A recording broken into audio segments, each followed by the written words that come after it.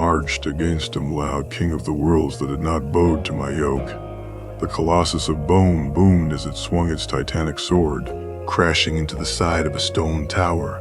The massive blade cleaved it in twain, and the structure rumbled as it began to collapse over and upon itself. The host of dragon knights rode over the paltry walls of the fortress ahead, and their scaled mounts savaged the primitive defenders with tooth and claw. Shots of ancient powder fire design crashed against their thickened hides and were found wanting. The warriors astride these great beasts chanted songs of war, and bolts of psychic lightning issued forth from their hands, and to the soldiers they battled. A skull-helmed giant crashed through their lines, running as an unstoppable bull might, and scattering the flesh and blood of the defenders as he passed through them. His burning sword flashed through the air, and a great wave of cosmic flames issued forth, consuming sigils and banners that bore an 8-pointed star in abstract. The screaming of a burning city surrounded this force, and their scattered garrisons were spread throughout the sun-baked metropolis, putting all they found to the sword and long gun. All the while, the Colossus of Bone recited lines of ancient texts. Its sword crashed through another tall tower, sending it crumbling to the ground as its words of foreign tongue washed over the burning city. I conquered, I destroyed, I demolished and burned with fire. 14 of his worlds, 12 of his system, districts, 6 of his royal palaces, and his settlements which were without number within the empire. Ragna, Eld, all of it. The dragon knights harried the fleeing soldiers, plates and lances of mystic bone, sundering plates of iron and bronze and star metal, plates and lances of iron and bronze and star metal scrap. Their banners of gold, green, and white fluttered in the draft of hot air from the fires that now consumed the city. The giant crashed through the thick gates into the courtyard of the fortress, and a wave of gunfire and crossbows washed over him like rain. Nothing so weak would crash through his reliquary plate, and no warrior so slow could strike him more than but once. His sword flashed in an arc and consumed the courtyard in golden flames. The defenders preparing to jab at him with lance and sword fell to the ground screaming, and the defenders further away attempted to flee from the waves of fire. The giant did not allow this, and in mighty leaps crashed against each until there was no one left to fire upon him. The Colossus of Bone continued its story, even as it finished striking down the next tower of stone and straw with a sword that made mockery of pikes with its scale. I turned them into mounds and ruins. I slew his war, slaves without number. I struck down his veteran swordsman with my lance, and the widows of the king of those worlds fled naked into the void beyond the wheel. The giant stared at the burning fortress, now reduced to rubble and molten stone. Those inside, surely long dead or soon to be. The sigils of dark gods now reduced to ash and memory. The sword tugged the giant's hand in a new direction, and he set off again, eyes blazing with a cold fury. Raising his shield high above and waving it, reality shattered before him, a gate connecting two distant places enacted by arcane machinery. He stepped through it, and his war host from various places throughout the previous city greeted him. The gates of another coastal settlement stretched before him, and he began to approach it. Behind him, titanic ships of bone unleashed payloads of laser fire and psychic bombs upon the burning city, causing much of what remained to shatter and crash in on itself, sending dust and rubble into the air in great amounts. The smell of burning flesh filled the winds from the gates at the war host's backs. Then the Colossus of Bone stepped through the gate. It collapsed behind them in an instant, and the smell was gone from the winds. The titanic ships of bones, now miles away, began to lazily swim through the air towards the army's current location. The seers aboard searching for impure life upon a barren world. The giant with a skull helm raised his burning sword. The dragon knights rode forth, and soldiers in white began to march through another city. The fourth one that they had assaulted that day, Not the last one, however. All the while, the Colossus of Bone continued its story. Even as its massive blade swooped down and shattered the gates into the city utterly, granting passage to the rest of the army. AS4, the people living. Inside them, I annihilated them. I shattered their falls. Idols. And thus placated my gods. I carried off to my homeland. Their gods, their goddesses, its possessions, its property, and its people. Over an area of 60 continents. By the command of my god Ashurian and my goddess Isha, I interred the empire Ragna. Eldon trampled it underfoot. He looked at the Wraith Knight and its scratched plating and scorched cape. He looked at the Eldar warriors and their cracked armor and soot-covered limbs. He looked at the dragons and all of the minor injuries currently being treated by Exodite healers and priestesses. No deaths, but had he chosen a more advanced world to lose his temper upon, there certainly would be. And had that happened, they would not simply fade away. They would be swallowed up by a thirsting maw. He looked down to his sword and shield, completely untouched by the strategically unsound massacre he had led. He looked further to his armor and clothes, covered in soot and stained in the gore of 1,000 men. He was dripping blood and body parts on his floor. A root of him, man would be disappointed. He let loose a tremendous sigh, anger not gone, but certainly vented. Now there was weariness in his frame, not physical, but mental. The slaughter of so many, even peripherally related to those that tormented his sister, had certainly cooled his anger, but was not part of the very plan he had proposed and set out to perform. The entire population was already doomed. The imperial truth of the Emperor was destined to arrive to this world and stamp out all of its former cults with fire and war. This action had no strategic benefit and only served to alert chaos to his workings. It was possible that they knew of his actions before, but no, there was no possible doubt that they were informed. He had just razed all the major cities of one of their planets with golden flames in a series of battles over the course of a full Terran day. It did nothing to assist in their overall aims. It did nothing to help his sister. It did nothing except waste time, resources, and their ability to go unnoticed.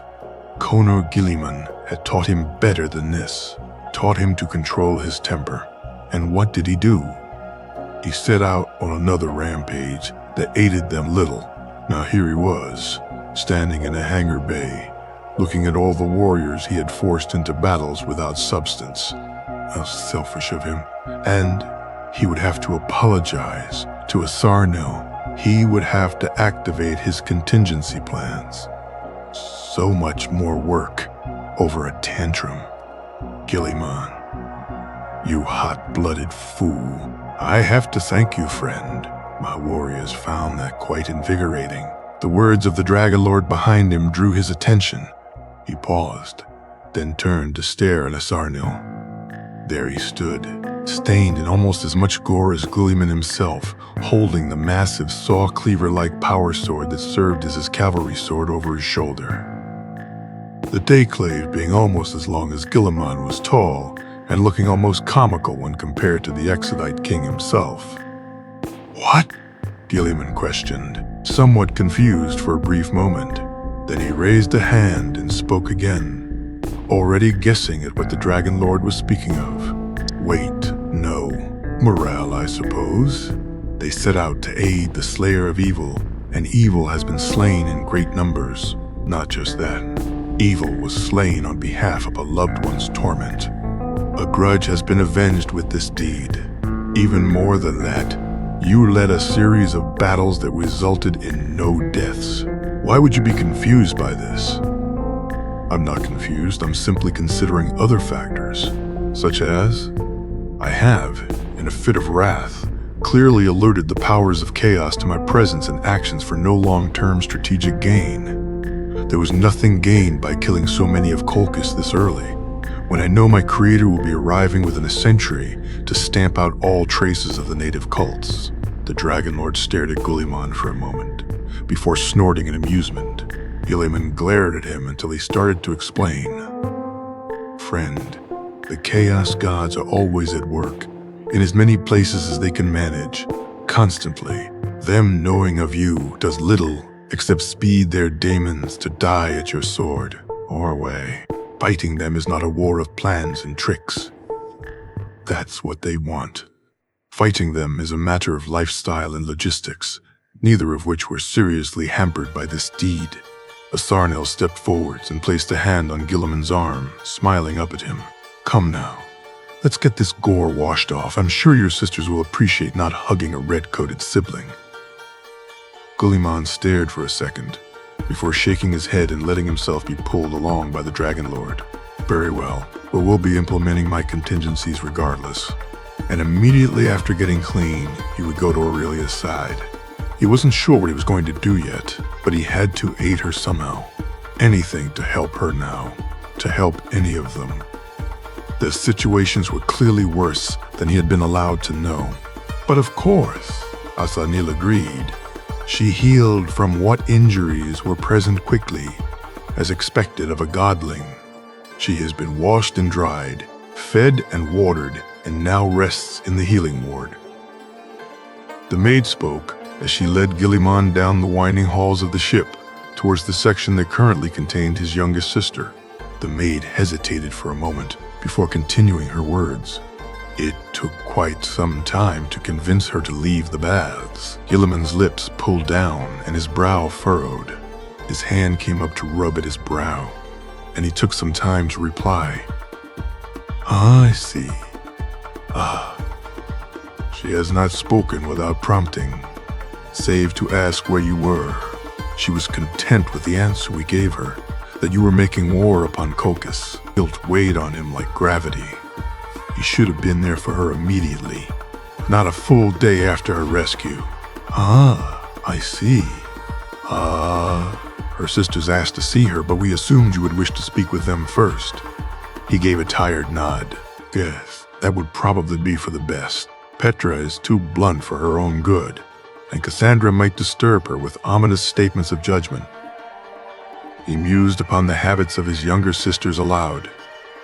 He would have to speak to them about interacting with their sister before any potential damage was done to their relationships. The maid stopped in front of a door and turned to bow at him. She quietly spoke. She is inside, friend of Charnak. Thank you, he replied before slowly opening the door and stepping inside.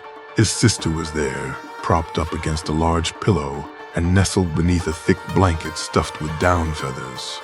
Her eyes opened as he entered the room and turned to look at him.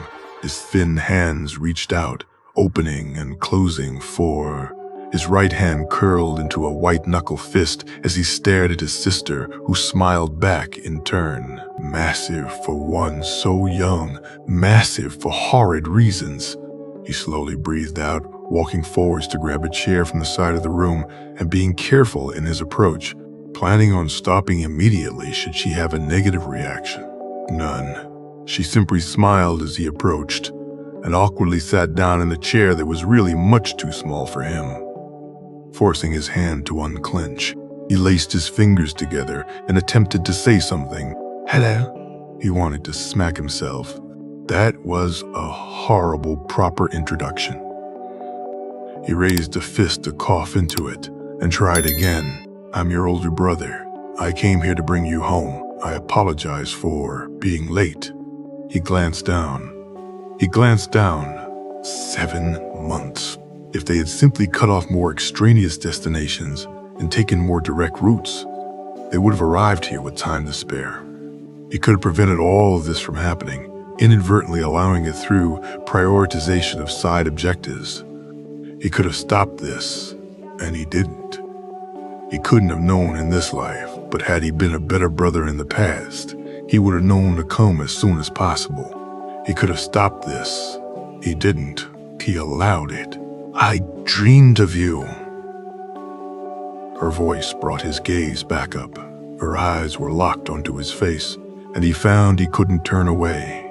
Every night, I dreamed that you would be there, so I was able to endure. because I knew you would be there." She smiled at him. "Thank you, Lord Angel." Wretched approval as the slaves beat the unnatural child with sticks. He felt sick. "I should have been there sooner." "But you were there," she replied, articulate for a girl of 7 months. He knew why, unfortunately. Any flaw in speech or writing was punished with beatings. Beatings with clubs and withheld meals and other things he did not allow himself to think of. Corferon had managed to torture a primarch into near adulthood in less than a year. Had a full year gone on, Aurelia would likely be at her fullest maturity already. Fully mature and utterly broken to the will of that creature. Mordir had brought him as an honored advisor in his legion. Guilliman's guts churned on themselves at the memory. It wasn't any wonder that Lorgar turned to chaos. He was just as much of a slave as Angron was. His shackles were merely less obvious. How many signs had he missed? How many torments did his brothers endure? How much suffering could he have prevented? Guilliman did not know. All he knew was that there was a girl in the body of a young woman smiling at him, as if he were a savior, as if he wasn't too late to save her from that creature. He forced himself to smile. Now wasn't about him. His feelings were irrelevant. He had a sister to heal. Well, I'm certainly here now, at least. Is your bed comfortable? Have the maids been kind? Oh. Aurelia looked guilty at that. Absolutely so. But I'm afraid I don't deserve all this. You will receive what you deserve. For such failures as this? Nothing. No. Guilliman refuted. Aurelia flinched at that. His finger twitched in fury before blinking at him. No. You are my sister. You are my sister. You deserve many good things, and I will make sure you get them, he declared, finishing the thought. You will receive as many good things as I can give. I refuse to allow anything less. She fidgeted for a moment, looking down and lips twisting into a guilty smile. Okay, if it's your will, Lord Angel, I will educate you, girl, on the nature of the Empyrean. I am your brother. Call me older brother instead, he demanded of her. She fidgeted for a good few moments, pulling the hem of the blanket up to her face before whispering out with a large, wobbly smile. Be, brother, he smiled at her, reaching out a hand, palm facing upwards. Her eyes locked onto it before darting up to look at him and back to the hand. She slowly reached out a hand, placing it in his and allowing him to softly close his much larger fingers around it, brought his head down to touch his forehead to the back of her hand. Whatever you need, I'll do my best to give. I swear this to you, Aurelia. She will be a tool for all my needs. Power is mine if I leverage her correctly. There was silence for a moment. Hug, she whispered. He raised his head to look at her. She was looking anywhere but at him. He smiled. A hug? He asked for confirmation. She shakily but rapidly nodded.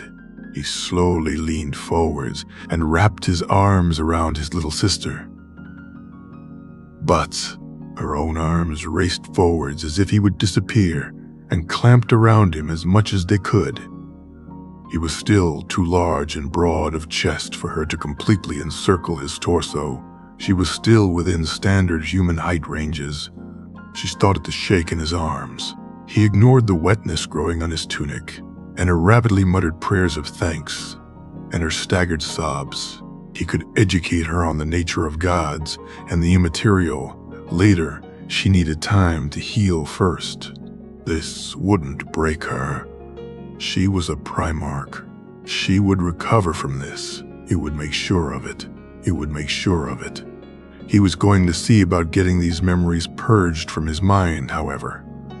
He had no desire to let them linger any longer than he had to. The seers were certainly skilled enough to do this. There wasn't going to be a memory of that creature. Not anywhere. You spoke of how fast your kind grows, but it still boggles the mind.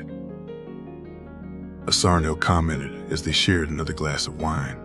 He sipped from a tall glass as they stared down to the second floor where his sisters were currently being given a lesson by the attendant, eldar scholar brought along on the trip for this exact purpose. The eldar looked ancient, very unusual for their kind, as he guided the three through another lesson on sociology, it seemed. The eldar scholar, a male by the name of Rastalin, was well-spoken and quick-witted from the conversations that Guilliman had with him. Quickly capable of understanding the point of the various lessons outlined in the curriculum Guilliman had written out, as well as pointing out several additional lessons that might be helpful, and several lessons that should probably be handled by Guilliman himself. He had educated many eldar before, and was apparently the personal tutor of Asarnil and his father before him, highly recommended by the Dragon Lord, and Guilliman could see why. Rastalin had done about as well as could be expected thus far. Currently, he had cleverly guided Petra into serving as a helpful aid to get the other two up to speed, required with her pre-existing education on Olympia compared to Cassandra's. Nothing in Aurelia's abuse. This gave Petra the chance to show off, while still helping the other two, and thus aided all three in socialization to some extent. Most importantly, it let Aurelia learn without feeling like she was going to get beaten for being wrong. It helped that the old eldar knew an absolutely ridiculous amount of information, enough to actually keep up with the pace of a primarch's absurd growth once he had been prepared by Guilliman's lesson plans and warnings. Not enough to keep pace with Petra's burning desire to learn everything there was to know about mechanical engineering. Eldar didn't use such nearly as much as humanity did, but well enough to keep pace with just about everything else. Guilliman sipped his own glass, turning his gaze from the scene below him back to the letter being drafted on the table before him. How long does it take eldar children to grow? Asarnil hummed for a moment before replying, "Depends on what you mean. Physical maturity is perhaps 2 or 3 decades. Spiritually, we never stop developing. And mental maturity is never reached, of course," Guilliman dryly quipped, causing the Dragon Lord to snort in the midst of taking another sip. "You almost made me spill my wine, you ass. That would require 3,000 acts of penance to appease my kingly wrath. My penance is having to deal with you. 6,000 now, your debt grows by the word." Guilliman ignored him and returned to drafting his letter. The gods of chaos were certainly aware of his actions now, which means that they would likely attempt to focus more of their efforts on other potential weaknesses and paths to ruin everything for everything else.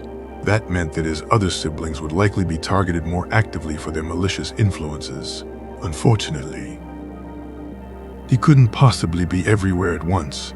He couldn't afford to retrieve all of them, educate all of them, manage all of them, and guide all of them to their effective best when their intended educations and legions had already been prepared and ready to Terra.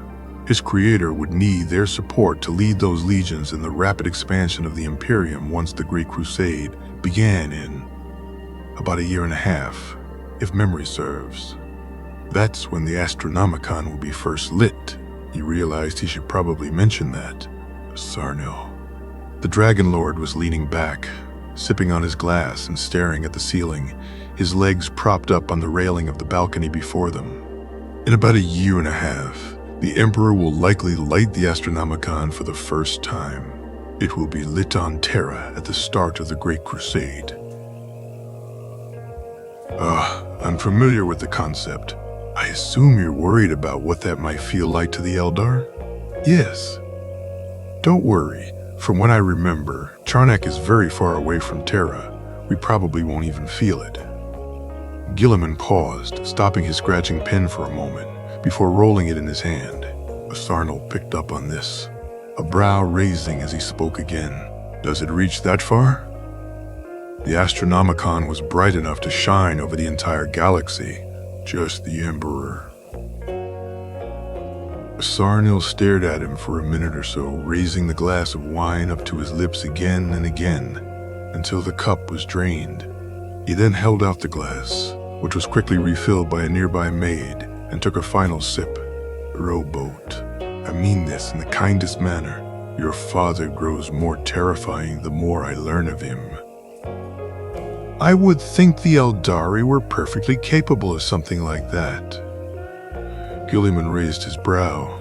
Your people's knowledge of warpcraft is far more developed than humanity's. Oh, certainly. The greatest of our psychic amplifiers, powered by a cabal of 100 farseers, could manage such a feat. You're claiming your father could do the same with primitive amplifiers by himself.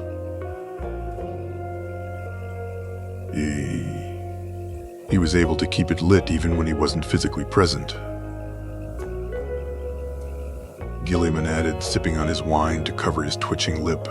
Asarnal gave a mighty groan and set his wine glass down, throwing his hands in the air and leaning dangerously far back on his chair, balancing on two of the legs and nothing else. But of course he could do that. He suddenly rushed forwards, legs of the chair slamming onto the floor, and jabbed a harsh finger at Guilliman. Your debt increases. 9,000 acts of penance. Guilliman raised a protesting hand and brow. How did I earn that? Your father is ridiculous, and is giving me a headache to contemplate. The debt falls on you, his son. Pay with your life. Guilliman did his best impression of Dorn. His face went completely still, save for a lone eyebrow which raised slightly. He spoke in a voice like stone, cold and dry. No. Asarnil staggered back in mock pain. Ever since entering his protection, his sisters had slowed their growth dramatically, owing to their now much safer environment. They grew at about the same pace that Guilliman was familiar with. With each Terran year passing, they grew roughly the equivalent to 2.5 years biologically. Petra had entered his care at the human equivalent of perhaps 12 or so. Cassandra had been roughly the same, but thinner from her malnutrition. Aurelia was already a grown woman in body, and that was several months ago. Their ages had begun to balance out since their respective arrivals. Petra and Cassandra looked to be on the edge of adulthood, physically perhaps 17 or 18, and roughly 6 feet in height. Aurelia had stagnated almost completely since, remaining essentially unchanged since her retrieval, rendering her a young adult woman at about 7.5 feet tall. It was his own height that surprised him. I distinctly remember being shorter than this, he muttered to himself, comparing his height against the knob in the doorframe leading into his personal chamber. It wasn't much more than a bed and a desk to write upon, with a small chest tucked against the wall to store what few possessions he actually had, in many cases filled to the brim with papers. And of course, the massive map plastered against the wall, thoroughly pinned with thousands of scraps of paper that referenced specific pages or collections of pages in his various piles of notes. That, and the nice clay mug that he had been gifted upon leaving Charning. It was a nice mug, and he really should go wash that at this point. It's been a while since he had rinsed it out. He frowned and compared himself to the doorway again. He had been almost 3 meters precisely for most of his life. It was a nice, round unit of measure that he could reference at any point. But now, looking at the door, he was almost certain it didn't fit anymore. He was maybe 1/4 foot taller than he should be, and he had no idea why. It wasn't a very large problem. He was already too large to purchase anything mass-produced to wear. All of his clothes had to be custom-made regardless. Being any taller didn't provide him any particular advantages either, and it was slightly troublesome to note. Shaking his head, he shelved the issue for the moment and strode out of his room. Pausing briefly, he returned and grabbed his mug, heading for the kitchens. The mug had a very amusing line in Eldar written upon it, Lan Kai. Waterbringer, the Eldari term for second in command. But more importantly, the literal translation made the line on the cup a pun. The cup brings water to the mouth. He had been given a mug with a pun on it. The gesture was downright human in its humor. His lips twitched up thinking about it. He walked through the living quarters of the ship, heading for the kitchens and considering what was on the agenda for the day. They were going to link up with the other Charnak ships soon enough, at which point one would break off and head to Terra with his letter. From there, they would move on to Barbarous and retrieve Mortarion, or whatever his name was, now that he was a woman. From there, they would communicate with the last handful of Exodite worlds, and by the end of next year, be back at Charnak. Once that had occurred, all of his sisters should be grown enough to be given command over provisional tasks and forces, and the expansion could commence. The first task would be the establishment of communications between all allies in that region, and coordination of the fleets to specific centers of power. Ideally, the largest centers of pre-existing power could be swallowed up immediately, and then the remaining worlds could be conquered within the next 20 years. Then industrialization and recruitment of a large enough fleet and army to go support the Imperium against the Rangda, which would be the first proper meeting between himself and his creator this time. He passed by a maid and several other servants on his way to the kitchens, eventually reaching the double doors that would lead to the massive chambers meant to turn preserves into edible meals for thousands of eldar on a campaign. It wasn't enormously luxurious, but the way their ships were built allowed the eldar to store much greater quantities of various supplies. Most importantly, they could store a larger quantity of some rather tasty jams. The red berry flavor was his favorite. Perhaps not the best use of such space, but they had extra storage left over after filling the cargo with all the essentials of 10 years, double their predicted time frame, so there was no true harm in it. That, and there was an actual garden on one floor that grew fresh fruit. It was something he was planning on implementing if he could. Fresh fruit was a tremendous boon for ship morale, especially when used as a minor reward. He opened the doors and idly attempted to calculate what would be required to fit such a garden on his ships as standard, and what would have to be taken out for it to be economical. He brought his cup to the first sink he found and started the process of washing it out. Maybe about one less naval gun than standard, not that larger shell cannons, but perhaps one of the smaller side cannons. That would of course leave his ship slightly undergunned compared to normal. But one cannon out of 10 to 30 was not a massive sacrifice compared to the benefits to morale. The real question was, how was he going to source the water? His eyes trailed up after cleaning the mug off, meeting with 3 sets of eyes at the other end of the kitchens. Golden and glowing, purple and glowing, and very light blue. He blinked, stood up straighter from where he was hunched down to wash the mug, and took in the situation in full. His sisters were surrounded by various cooking supplies, pots and pans, ingredients and utensils. They were in front of a heated oven. Petra had a container of something in her hands and was bent down to place it into the oven. Aurelia was holding a bowl and a wraithbone whisk. Cassandra was holding a knife, and in the midst of chopping slices of meat from a wider chunk. Around them, keeping an eye on their activities, was a group of chefs and maids. They were currently looking at him as well. Just about everyone on the other side of the massive kitchen was wearing an apron of some kind. A silent stare-down commenced. A humorous idea came to mind. Slowly, he turned on the faucet again. Then, filling his Primarch-sized mug, he turned the faucet off and raised the mug to his lips.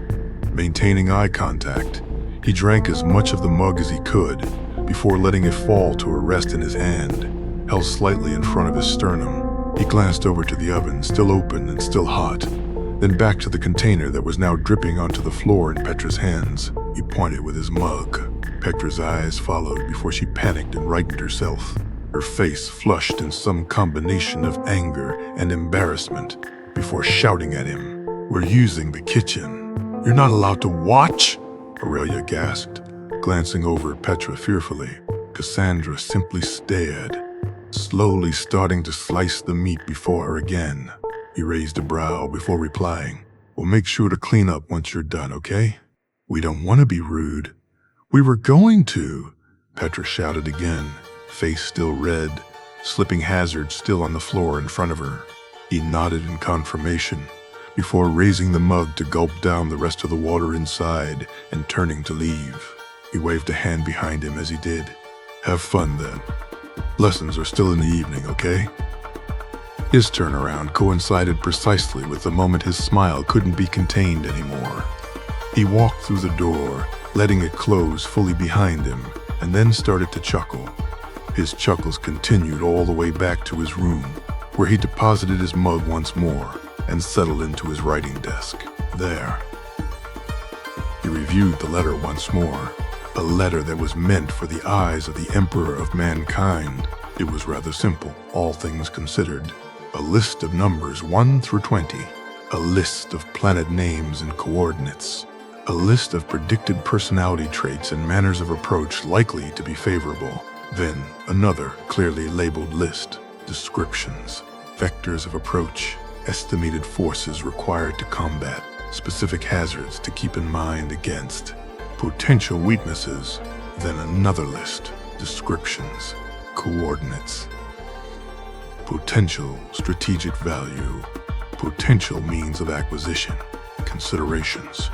3 lists of what effectively amount to brief descriptions, numbers, and notes.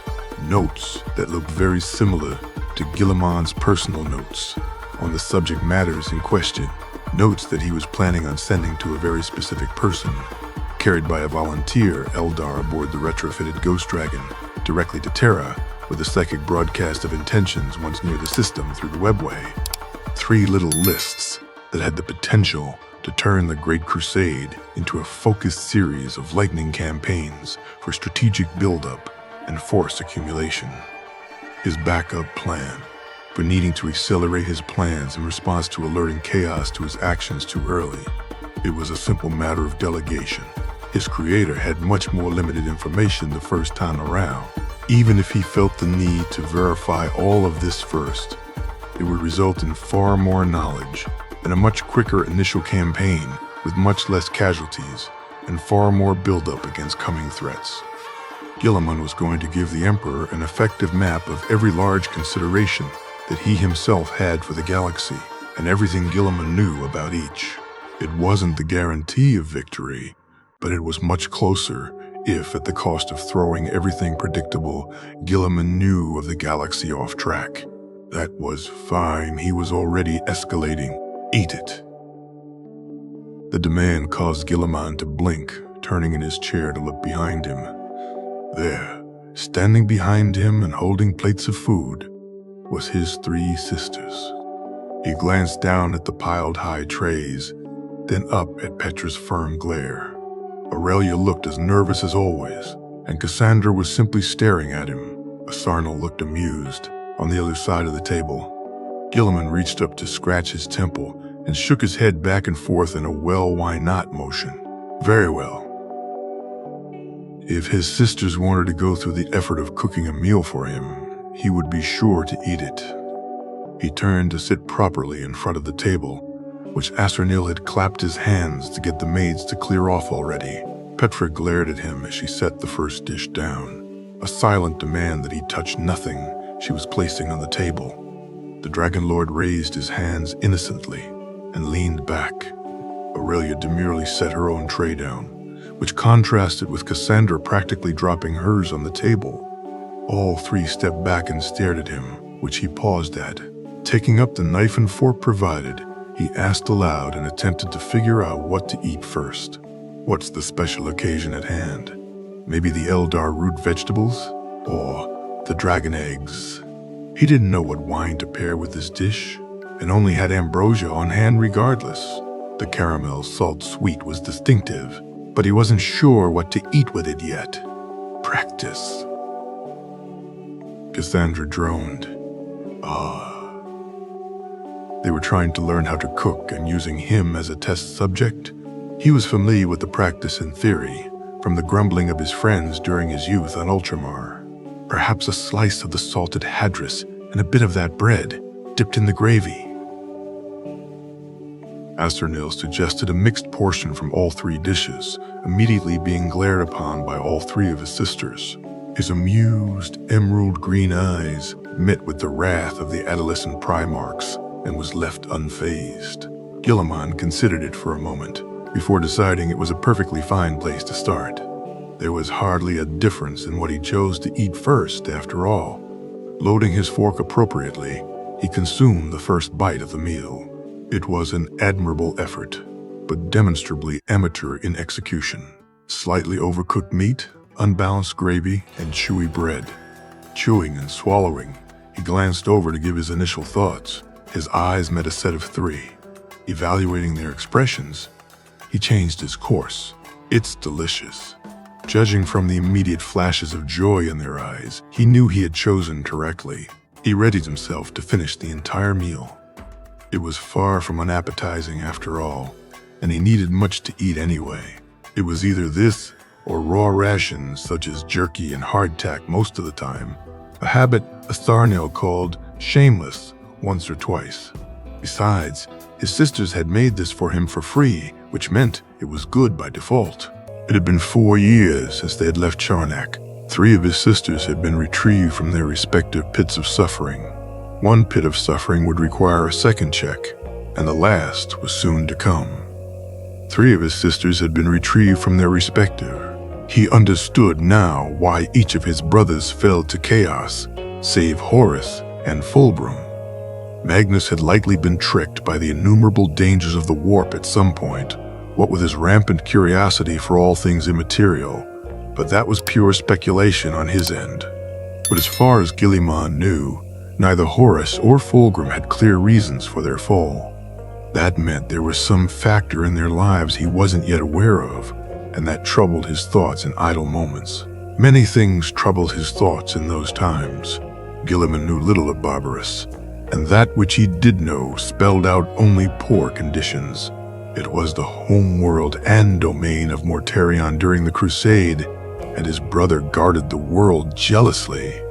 He knew its coordinates, and that it orbited a dim yellow star. Its atmosphere was thick with a buoyant gas, toxic to humans, but which served to keep what little heat the star provided near the surface. The majority of the planet was frozen asides from these warm, lowland regions in which a resilient group of humanity eked out a meager life based on subsistence farming. Currently, the humans of the world were locked in a constant struggle with a group of xeno-sorcerers that dwelt in the high, toxic peaks. Those xenos were resistant both to the cold and the poison of the upper atmosphere, and as such were able to retreat to places that the human defenders simply couldn't reach. Mortarion had landed here, staying under the care of someone for some time. He did not know who sheltered him for his early life. He knew that at some point his brother Mortarion, with help from the Emperor, had managed to rally the humans of this world and eventually purge the xeno-sorcerers, after which the dim and densely atmosphered world became his primary recruiting planet. Actually, Guilliman wasn't sure that Mortarion consistently recruited from any other world at all. His recruitment was from Barbarous and any planets he happened upon when needing more Astartes.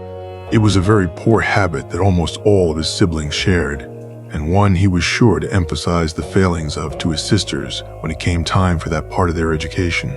No. It is best to recruit from stable recruitment centers on a large number of worlds that you set up during times of relative safety. That way, when times of constant warfare began, you had more than enough manpower to fight on as many fronts as you were required to. It was likely from Barbarous that Mortarion received most of his filthy habits, the prime example of which was that heavy collar he constantly wore.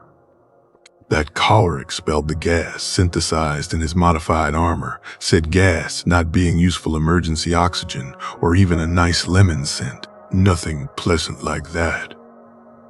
No, Mortarion let it synthesize noxious, toxic gas so he could constantly poison himself, so he could increase his resistance to toxins, so he could make it synthesize even more noxious gas and thus poison himself more, and so on and so forth. Really, in retrospect, it was no surprise at all that Mortarion, who poisoned himself constantly, fell under the sway of Nurgle, chaos god of poisoning yourself constantly. It was almost infuriating in how stereotypically that aligned. The cosmos needed to improve its writing. That development was cliché. No, Guilliman didn't know enough about Barbarous to feel confident in anything quite yet. The fact that the Emperor's sword ignited upon reaching this system as well did nothing to help his estimation for how things would go here. The world is choked with Nurgle's touch.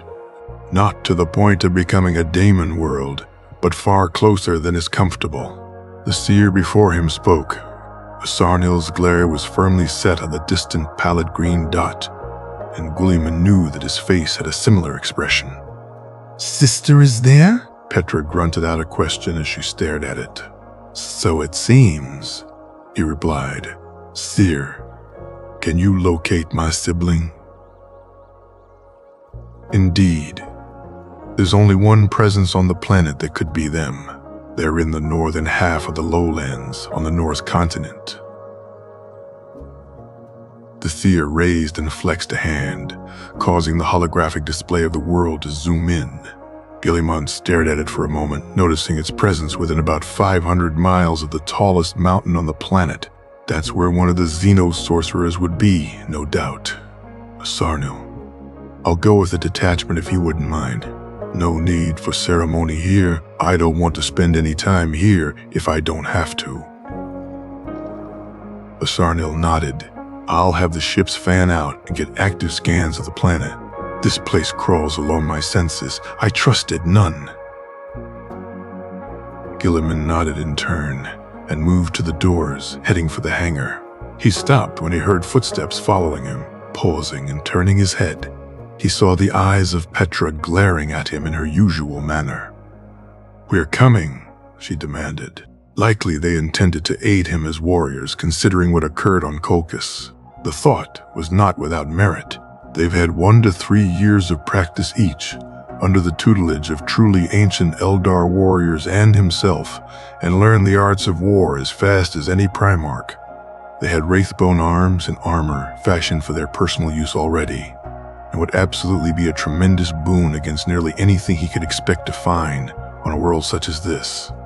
He didn't need to consider his response for longer than a 2 heartbeat. Absolutely not. Turning and standing to his full height, he let his own eyes lock with hers, and Cassandra's and Aurelia's behind her. He let the frown on his face deepen. Why? She at least demanded an explanation, instead of simply insisting on coming with him. Then again, that was always Perturbo's manner, too dutiful to outright refuse an order, merely letting his resentment fester until it was too late. Petra was much the same in the end. He stared at the three for a moment longer, before letting out a long and forgiving sigh and walking over to them, placing a massive hand on Petra's shoulder. He asked a question. "Do you know how old I am? Have I ever told any of you that?" "No," Cassandra answered bluntly. "I am over 500 years old. I have spent nearly all those years at war." There was definite surprise in their eyes and faces, but none of them were excitable enough to audibly react. Guilliman continued, "Please, trust me when I say that this is too dangerous for you. Not always. You all will be strong enough to break enemies like these by the hundreds eventually, but you're still growing now." He did not actually know what enemies would be present on this world, but he could certainly suspect, given the burning of the Emperor's sword in its sheath. He raised a hand to lift Petra's sullen ship up and smiled at her. "Your brother is strong enough to handle this, I promise. There will come a day in which I'll need help from all of you, an unfair amount of help in truth, but that will be when you're ready for it." He leaned down and touched his forehead with hers for a moment, before leaning back again. "I'd make for a poor brother if I asked my little sisters to fight my battles for me." Then, throwing herself forwards, her arms latched around his sides. She was quickly copied by Cassandra and Aurelia, who squeezed him as much as they could. He shook his head permissively and reached down to hug all three of them back. "Our new sister holds grudges. Let her prove herself too." Cassandra whispered seriously to him in the midst of the hug. His brow quirked, but he nodded all the same. Conrad had been tormented by visions. Cassandra had quickly learned to control them under the guidance of the Exodite seers. If she was offering advice, He was planning on trusting it, let their new sister prove herself as well. The objective loaded itself into his mind and slotted neatly beneath, make sure she lives and get her off the planet. It slotted right above exterminate all traces of chaos he found on this planet. Please be safe, Aurelia muttered with a worried expression on her face. He reached up to rustle her hair, which she pretended to not enjoy. He stepped onto frosted, hard earth and into cold, wet air. His presence immediately met with thick, milky rolls of mist that attempted to spool around his legs. The hateful flame of his golden sword growled at this mist, keeping it far from reaching him, and melting the frost that clung to the ground as he passed. The trees were heavy with condensate and thickly covered in lichen, weighing them down tremendously and pulling some nearly to the earth. The rocks that littered the hard ground were covered in mosses of all varieties, and dew pooled in their shallow indentations. In the horizon far beyond and above, through a pale yellow-white atmosphere, he could see the peaks of bare and frozen peaks, from which clouds seemed not to clash against, but instead tumble down from, pouring into the valley that he had entered. None of this was as alarming as the sea of endless green vines and leaves, which covered the earth to his left for miles and strangled all things beneath their parasitic spread. He recognized it as a variety of arrowroot, a type of plant normally used as livestock feed on many agri-worlds, but a horrendously invasive pest left to its own devices, capable of consuming entire worlds of native vegetation if allowed to spread uncontested. This sample had been one of those, a pale green sea that allowed nothing else to live under its leaves. He ignored it for now. He had more important things to worry about. 10 Eldar wielding fusion guns and wraithbone swords, ready for the rotten foulness typical of Nurgle's domain, stepped out of the webway gate, following behind him and automatically assuming defensive positions. He waited only long enough to make sure they had gotten through, before beginning a rapid gallop forwards, bounding over waterlogged rocks and burdened trees on his path forwards. Soon the trees gave way to the sight of a paltry village illuminated by smoke, choked watchfires, and a dim yellow sun. The blackened wood and damp straw of the buildings paired with the moss-infested stone walls and foundations to give the distinct impression of accumulating filth. The village was surrounded by recently renovated piled stones and stakes of wood, jammed into the hard ground and surrounding a perimeter around fields of recently harvested corn. A village that was currently being beset by a small legion of bloated, pale creatures of vaguely human shape, most of which were as tall as the average man, but 5 of which towered over the sodden buildings themselves and shambled forwards with open smiles and flickering tongues. He recognized the hallmarks of Nurglite sorcery at once. The stench was enough to tell him that. He also recognized the figure that was doubtlessly his sister, standing taller than any normal man but shorter than himself, tall and thin and clad in rough, stiff cloth. She wore a hood and thick cloth scarf over her face, a mantle which hung over a ragged tunic, tied around her waist with a length of twine and hung down into a heavy cloth skirt. A massive, crude farming scythe was clutched in both hands, and she swung in mighty arcs in front of her.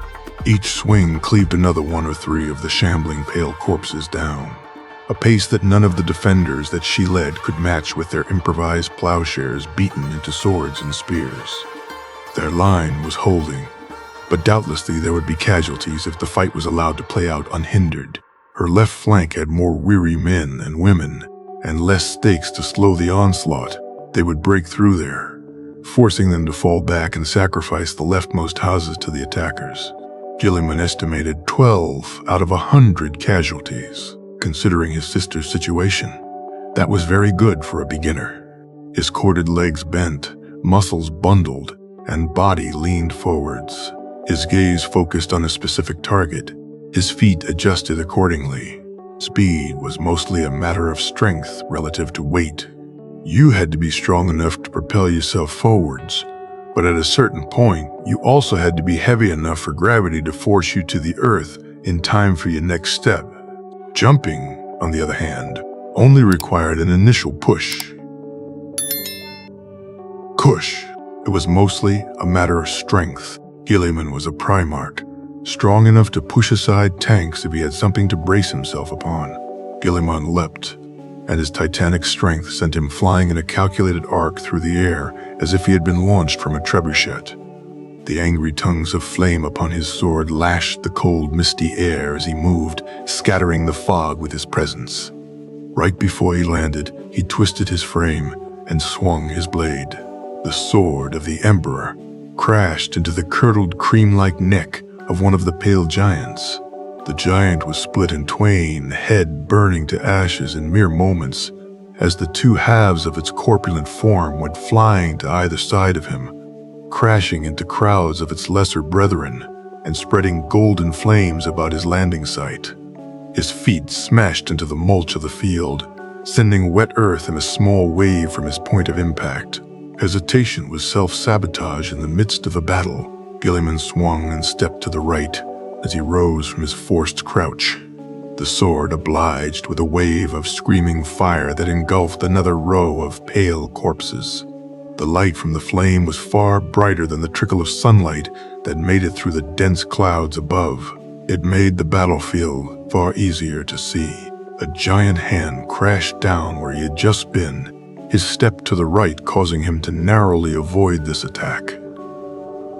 A half-twist let him turn into a wide, sweeping slash against the still-extended limb. The blubbery arm was cut off at the elbow, and the smile of the giant, malformed thing of skin and fat fell as it staggered back, clutching at the now burning stump where its arm used to be. A smaller corpse attempted to bludgeon him. With great disdain for the relatively tiny thing, he backhanded it with his shield. The corpse went flying back, smashing into a small crowd of other corpses and knocking them over with it. He had landed in the middle of the corpse legion. Theoretically, he could fight his way to the front lines and defend them from there with waves of flame. Cassandra's warning advised against that otherwise correct option, and his plans adjusted accordingly.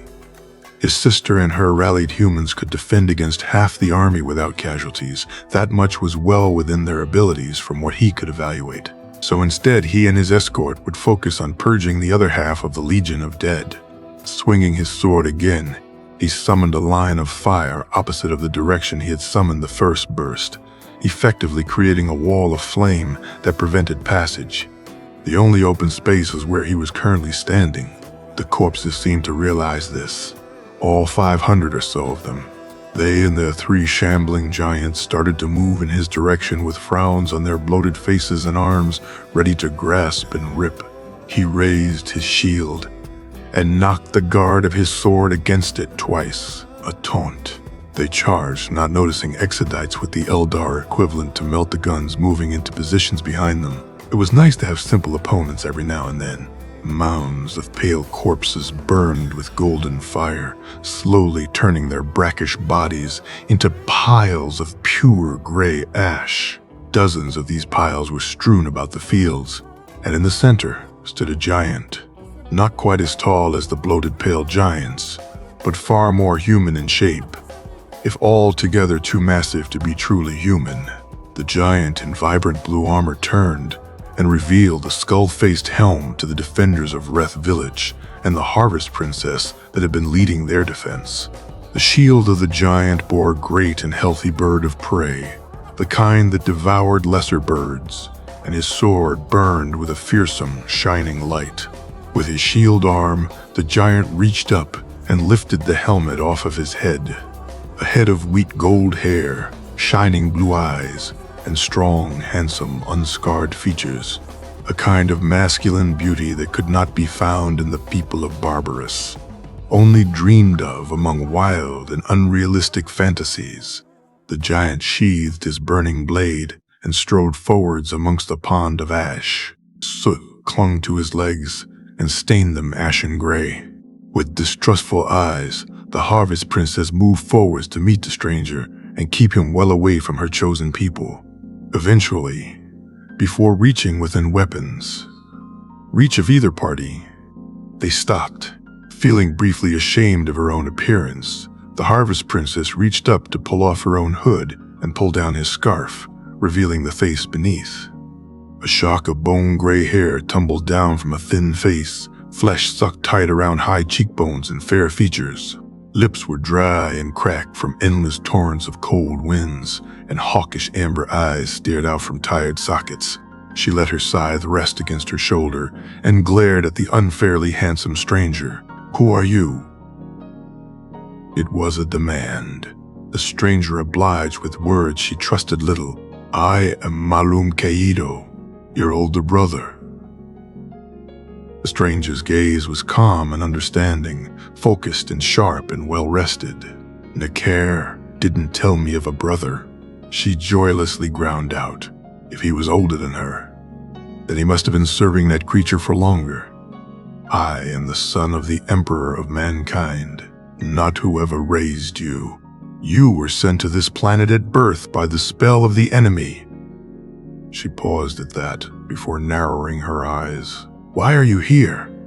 The stranger nodded patiently. "In truth, I was looking to find you, to bring you home."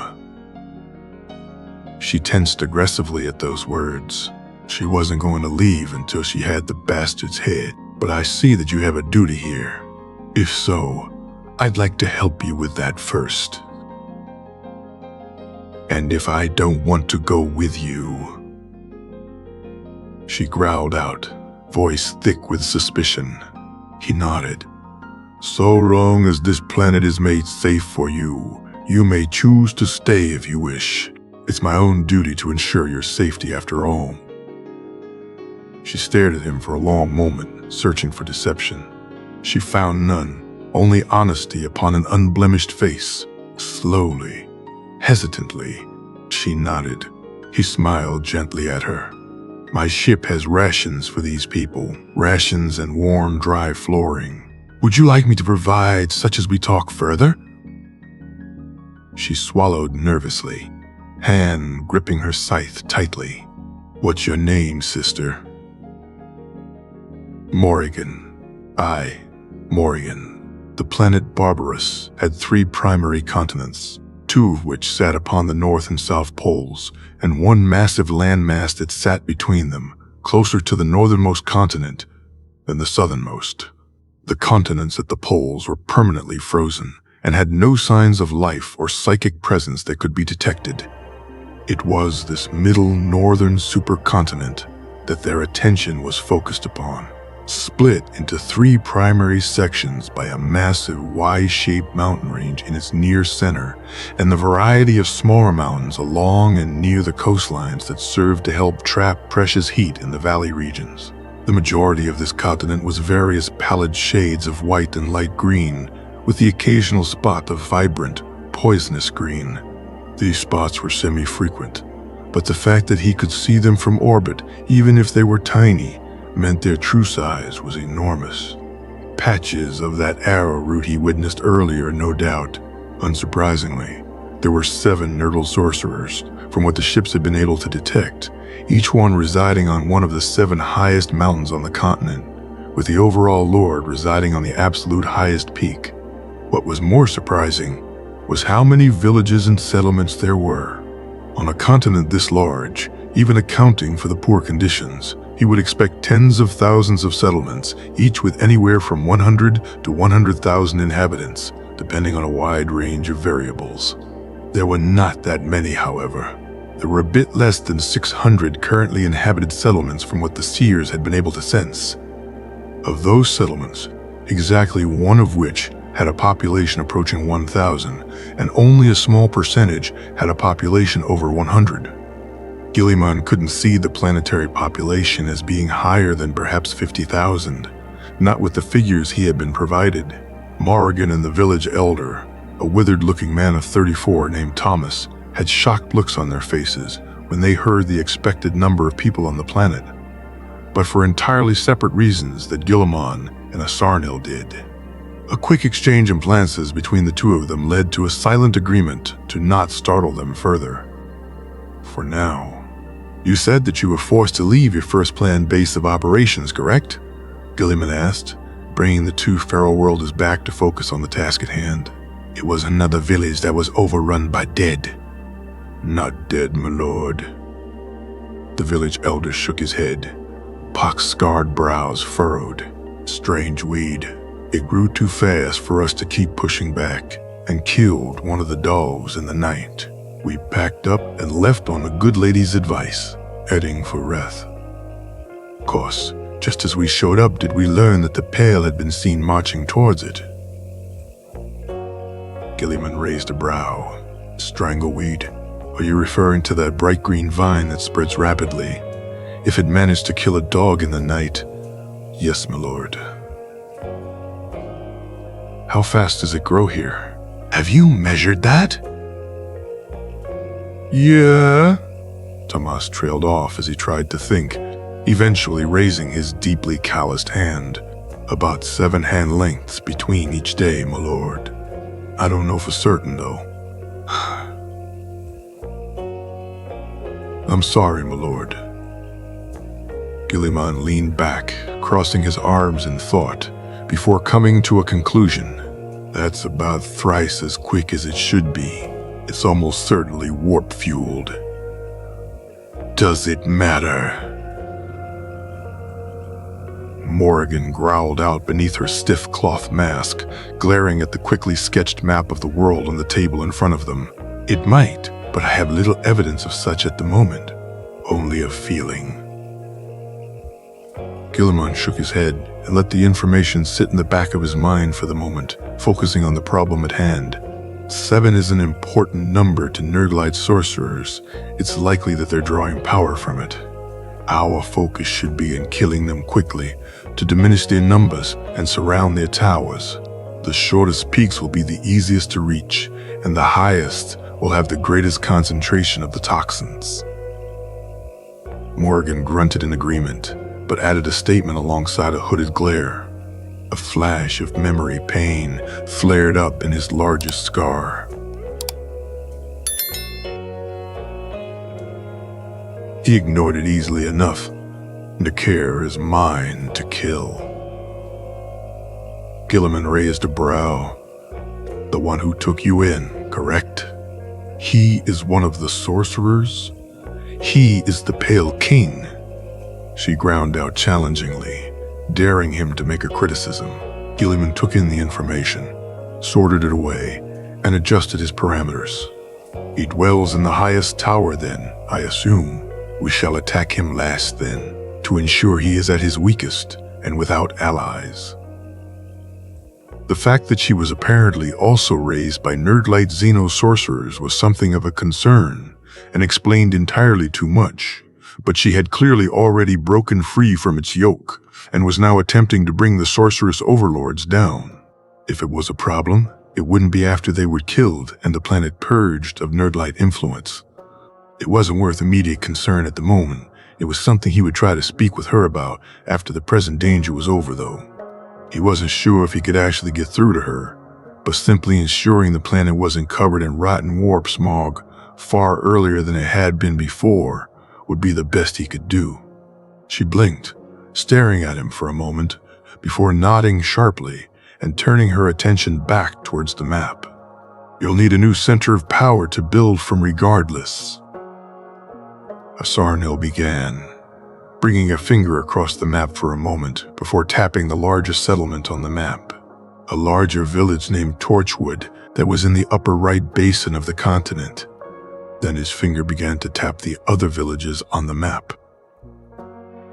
We should be able to gather up the villages from across the continent and bring them here.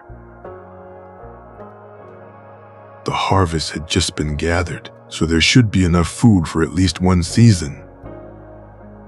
If we act fast enough, the combined manpower from all the settlements should be enough to lay the foundations of a proper city and defensive stronghold. Much of the essential buildings and walls can be created by the handful of Bonezingers. It would provide a defensible. Guilliman trailed off as he looked upon the face of the increasingly worried Tomas. Yes, Elder. Saying that to a man in his 30s was distinctly amusing, but now wasn't the time for humor. Getting that many in one place, that's just asking for a nasty pox to come. Claim us all, me lords. I don't claim to know any of this fancy war business, but it's old wisdom that you don't want more than 100 in one place, and 1,000 is just madness. Thomas wrung his hands, and his eyes darted about as he spoke, unwilling to look at them directly. Another thing on the list then, setting up apothecaries and teaching your people proper sanitation. Guilliman replied, turning to the map again. Still, the idea wasn't without merit. They would struggle with such for a while, especially in a world so shrouded by Nurgle's influence. Then if not one capital, a series of villages surrounding a central fortress, torchlighting the center. Then each half day of walking away, another village can be erected and fortified. That will force us to slow our pace somewhat, but will help negate potential illnesses. 2 rings of such townships should be enough to house everyone on Barbarous. Each township would require another day of constant work, assuming we do things properly. Asarnil roughly estimated, comparing his labor force to what he knew of Guilliman's architectural preferences. From here, Guilliman and Asarnil began a rapid back and forth of war planning in Gothic to make sure the other 2 could understand them. Channels will have to be dug and new fields tilled, but we should have a human workforce enough for that. Can one of your singers be dedicated to producing tools instead? Shovels and scythes, primarily. It would slow the rest of the work, but not disastrously so. In the meantime, you and your sister should be focused on bringing down the lesser sorcerers. The wraiths will care little about the toxins. The armor of my warriors is well insulated, which leaves only a suit for your sibling. We should have the supplies to make such. The webway will allow us to attack all of them in a day if we manage to avoid injuries against each previous one. It may be prudent to see if the weapons on the ships can destroy any of their towers first, saving the effort of needing to perform potentially costly ground assaults. They may have tunnels to hide within, and basic divination would tell them to hide there quickly. A ground assault would be required to make sure they don't escape their tower's destruction. They do. A voice interrupted them. The Primarch. An Eldar blinked, turning their gazes towards the serious-looking Morrigan and the utterly baffled-looking Tomas. They have underground sections? Guilliman asked for clarification. Morrigan nodded. Necair did, at least. It's where the Pale are kept when not being sent out. In the corpse silos. Corpse silos, Guilliman muttered. Do you recall how many were in Necair's corpse silo? I never counted past 1,000, but perhaps about 10 times more than that. Her dry voice echoed grimly. An army of 10,000 corpses like that, assuming 1,000 of them were giants like before, that was still nothing that prepared defenses couldn't deal with. They were large, decently strong, and clumsy.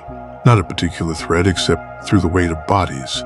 And that was something proper fortifications would funnel and destroy even with a fraction of their numbers and defenders. Still, 10,000 was quite the stockpile of dead flesh. Assuming each of the 7 sorcerers had similarly sized battle groups of the dead, that would be 70,000 in all. Significantly more troublesome to deal with using static defenses.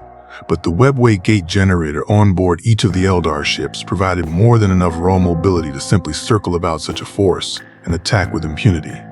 It would take quite some time to whittle down, but a force of that many unintelligent bodies without weapons simply wasn't a threat against half-decent tactics. Sarnil sipped his wine, nodding slightly, and likely coming to a similar conclusion as Guilliman. A potential threat on the open field, but nothing that proper ranged weaponry and prepared defenses couldn't deal with. They had more than enough ranged weapons, and more than enough mobility to simply kite such a force to death. Guilliman could likely do the same even without a proper ranged weapon. Note to self, he needed a proper ranged weapon.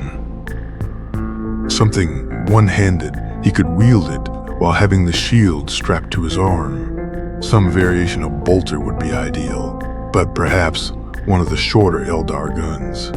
Most of them were entirely too long, making them awkward to use in close quarters combat. a consistent problem he had noted in their designs. Thomas passed out, eyes rolling into the back of his head, forcing a nearby maid to catch him before his head smashed against the corner of the table. "Would you like to meet your sisters?" Guilliman asked aloud, breaking the silence that descended upon him and Morrigan.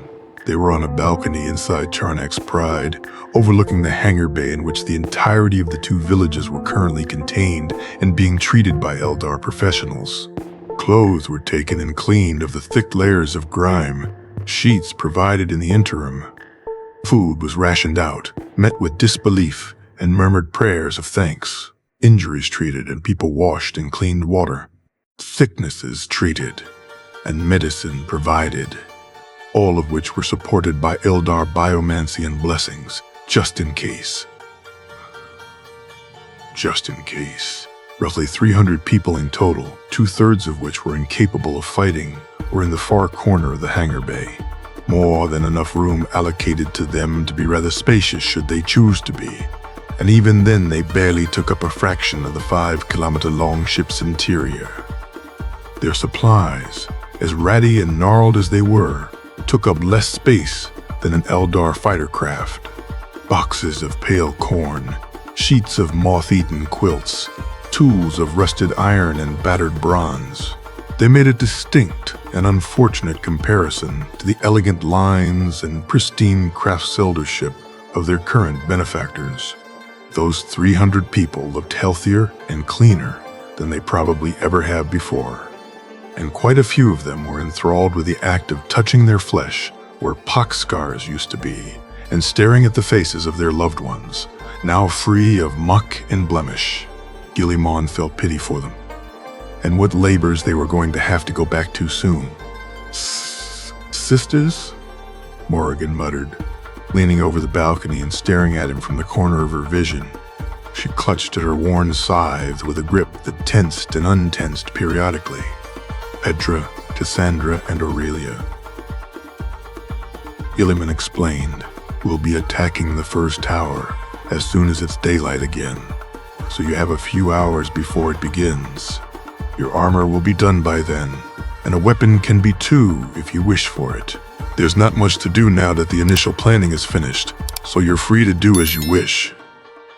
Well, I suppose you don't have to meet them if you don't want to. I'll simply say that you're busy if you wish." "No," Morrigan denied before turning to glare at him more completely. "Why are you doing all this? Bringing a massive fleet of sorcerers from the depths of the void just to help me? Putting in all this effort and resources into trying to fix my problem. What are you getting out of this?" she demanded, jabbing the top of her scythe into his ribs with a suspicious growl. Guilliman stared at her for a moment, brows raised in slight surprise. His expression smoothed out into a calm understanding quickly enough before he nodded and began to explain. "The fleet wasn't just to help you. There were many tasks I needed to handle throughout the galaxy to prepare for what's to come. It just so happened that helping you was one of those many things I had to do." Morrigan slowly retracted her scythe, eyes still glaring. Guilliman continued. "And in truth, the use of the webway, the creation of wraithbone structures, and providing supplies and aid costs me little. We had prepared for 10 years of voyage, double our predicted travel time. Home is only about a year away from here, so providing spare supplies like this doesn't provide much risk of running out. Wraithbone is psychery I barely understand, but it's essentially just a matter of time and effort, both of which we have a surplus of at the moment." Morrigan planted her scythe on the floor and leaned forwards on it, a lone eye still looking at him. He kept speaking. "These sorcerers are worshippers of Nurgle, as near as my allied seers can determine. Nurgle is a daemon of rot and sickness, and destroying his followers is something that I was intending on doing in great amounts regardless, so this task isn't something that anyone here dreads. It's something we all look forward to, in truth." Morrigan's eyes trailed down, no longer staring at him, so he finished his thoughts. But even disregarding all of that, I care about you. She tensed, eyes jolting up to stare at him through ashen locks. He met her gaze directly, a gentle smile on his face. You're my sister, Morrigan.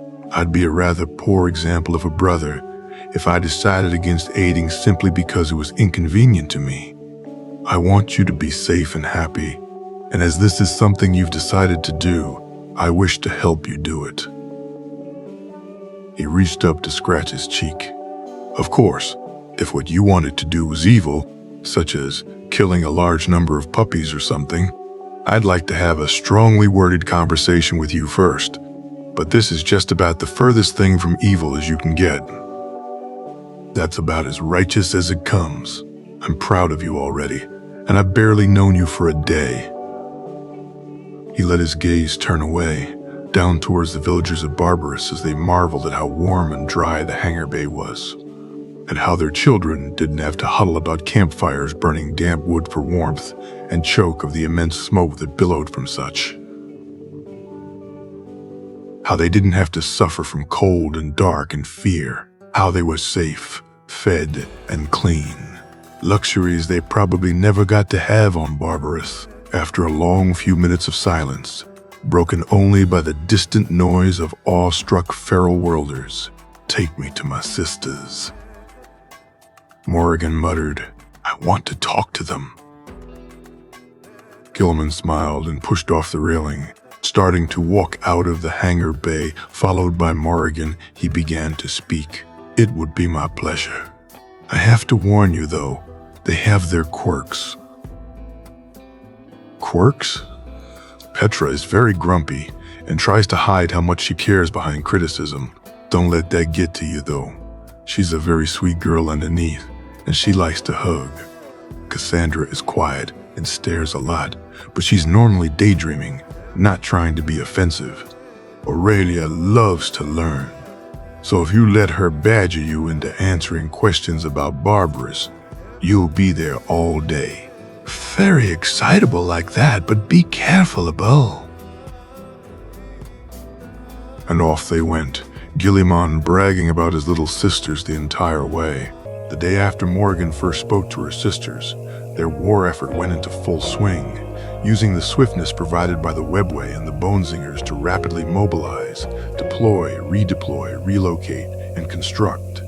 Within the first day, one of the overlords had their tower raided, forces put down, bodies skewered, and corpse, silo, set aflame.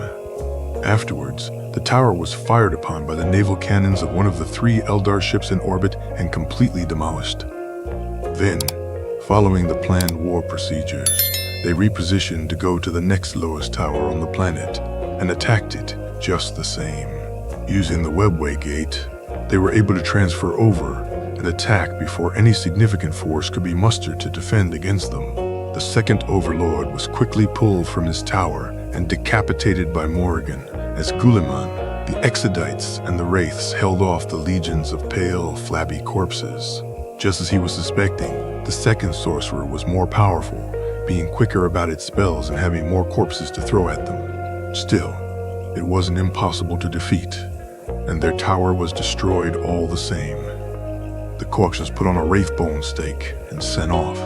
Then they redeployed through the webway to the next highest tower and started the third assault. It was the third tower in which trouble started to actually arise in the battles. They had learned that they were being attacked at this point, and the defenses of the third sorcerer's domain was significantly more than the last 2. The toxin of the air around it was potent enough to burn away their cloaks and eat into their armor. The corpses were empowered by some spell to make their movements quicker, and the sorcerer had more war gear on its person. Still, between Guilliman himself, Morrigan, the Eldar snipers, and the Wraiths, the third sorcerer fell without casualties on their behalf, and their corpse was staked with the others. The tower burned, then demolished, but their armor was significantly ablated, and the corpses were only growing stronger. Their armor needed repairs, as did the Wraiths, an environmental sealing. That, and the sorcerers were sure to counterattack, by assaulting the villages soon enough to stockpile more corpses to build larger armies. That's where the second phase of the war planning came into effect. While waiting for their armor to be repaired, and thus ready to resist the material-dissolving toxins of the higher towers, the corpses of the sorcerers were carried around to each of the villages, used as rallying standards, making sure that it was handled exclusively by a wraith and nothing living, of course. With the proof of 3 dead overlords, it made the besieged humans far more willing to listen to their proposals and follow the commands of the giants that were fighting on their behalf with food in hand and medicine to offer. Everything of value in their villages were packed up and moved through the webway gates, all of it cleaned by a legion of eldar maids and priests, and then moved to the planned site of construction. Torchwood had been undergoing significant renovation and expansion since the first sorcerer fell, and the corpse had been displayed. With a chance to finally shed the despair of living under necromancers at hand, and no small amount of fear from the openly sorcerous giants descending to command them, the village relented to have their home rebuilt from the ground up. A barren, rocky outcropping near the village became the foundations of a fortress made of summoned bone. Rising from the very earth and out of the air by song alone, a towering keep of cream-white contrasted against the pale muck of the world around it, even as awestruck villagers were given shovels, axes, and hoes of the same bone material, stronger than anything of metal that they had ever used before, free of rot and splintering handles. With tools in hand, these people were immediately asked to start digging the canals that would distribute the swampier regions across a larger section of land, thus increasing the total amount of farmland that would be available in the future and decreasing the amount of spawning pools that biting insects had available to breed within. They were escorted and protected by squads of eldar warriors, making quick work of any pale that decided to attack. These canals would also serve as improvised pits and defensive lines in case of attack, which only added to the overall defensive nature of the region they had chosen to develop. Right alongside these human laborers, many eldar worked. The Exodites were, after all, not warriors by trade. They were farmers and ranchers. All of this work was something they were well used to and had long since learned to enjoy. Land was cleared of tree and shrub, rocks hauled off to delineate paths and shore up potential regions of muck. Canals were dug to funnel water. Earth was tilled to make farmland. All of this work proceeded quickly with their new tools in hand, many hands with them, and eldar cooking to return to. The fortress was erected in a matter of hours, followed quickly by roads and bridges of the same pure white and quickly rising house structures, missing only the doors and furnishings inside to make them livable, but otherwise massive in scope, 2 stories each, with space for a warmly crackling hearth in the center of a well-insulated and well-ventilated main chamber. About 4 of these buildings were built every hour, for many hours. Enough to house the entirety of Torchwood's roughly 1,000 original inhabitants were finished by the time the day was over.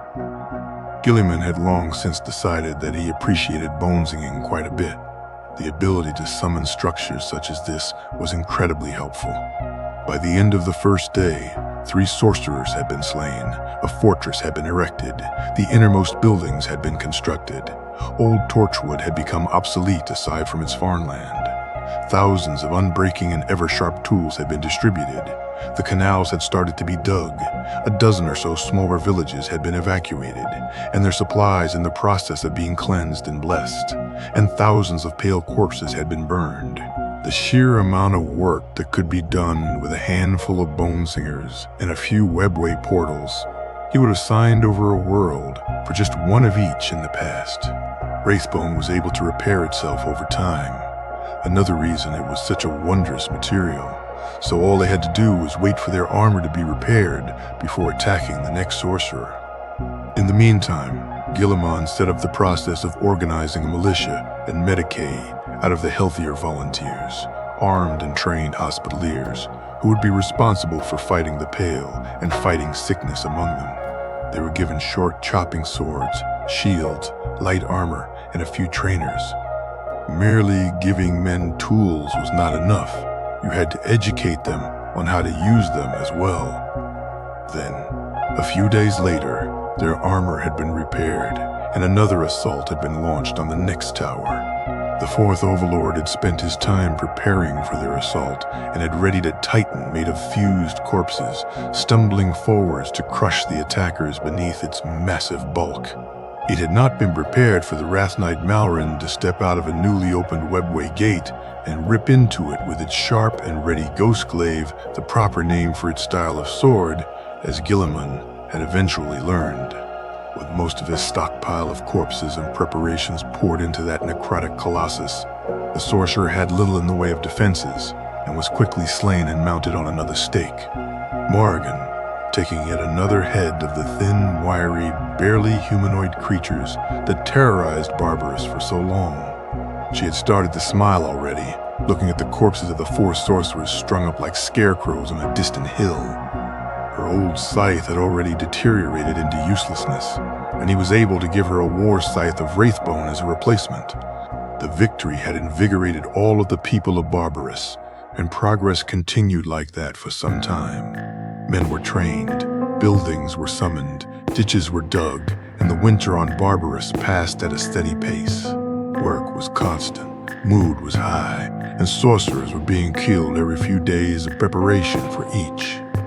Eventually, there was only one tower left, and the 13 inner cities of Barbarous had already been constructed, with white houses and white walls surrounding them all. A mere month had passed, and the Hospitaliers were starting to approach competency, and some 13,000 people worked and dwelt in the swiftly growing collection of settlements, relocated from the most distant corners of Barbarous first, and working their way inwards towards Torchwood.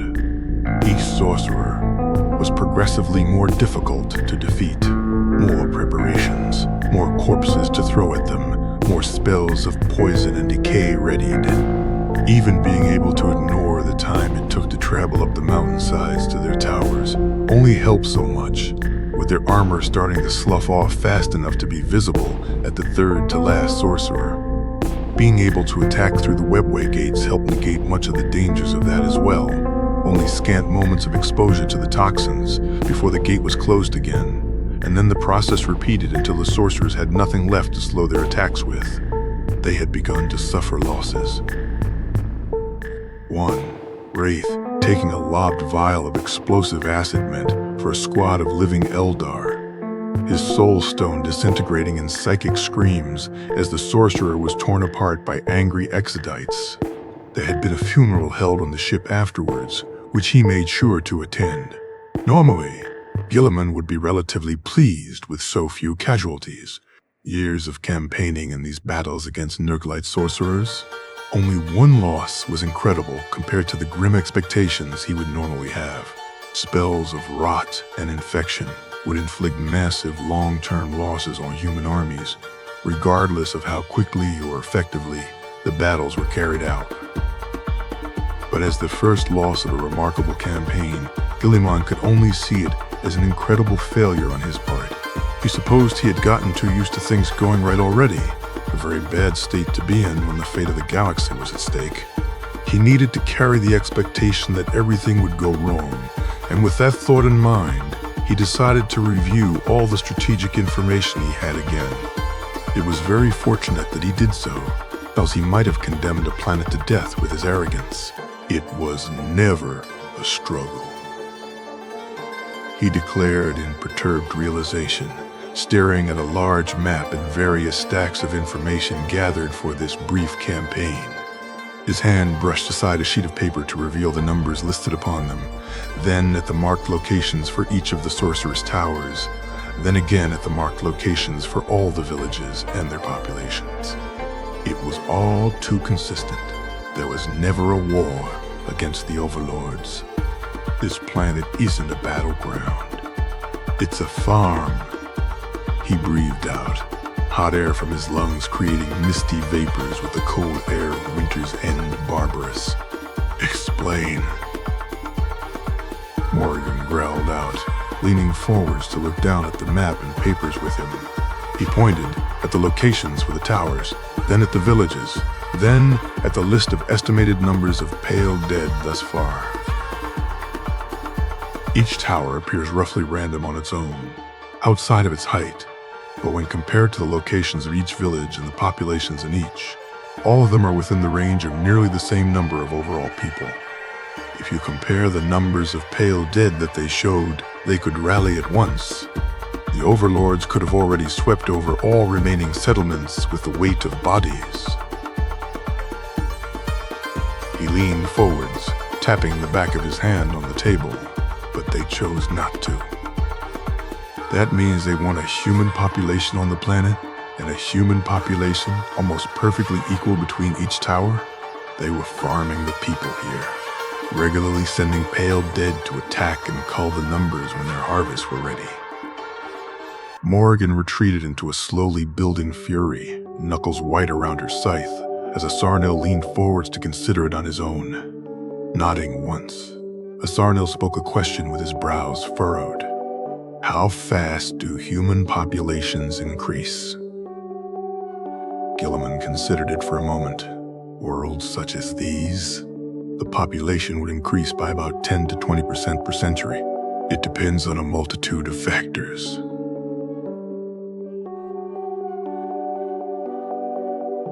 Guilliman at once understood what Asarnil was implying and quickly compared the lists.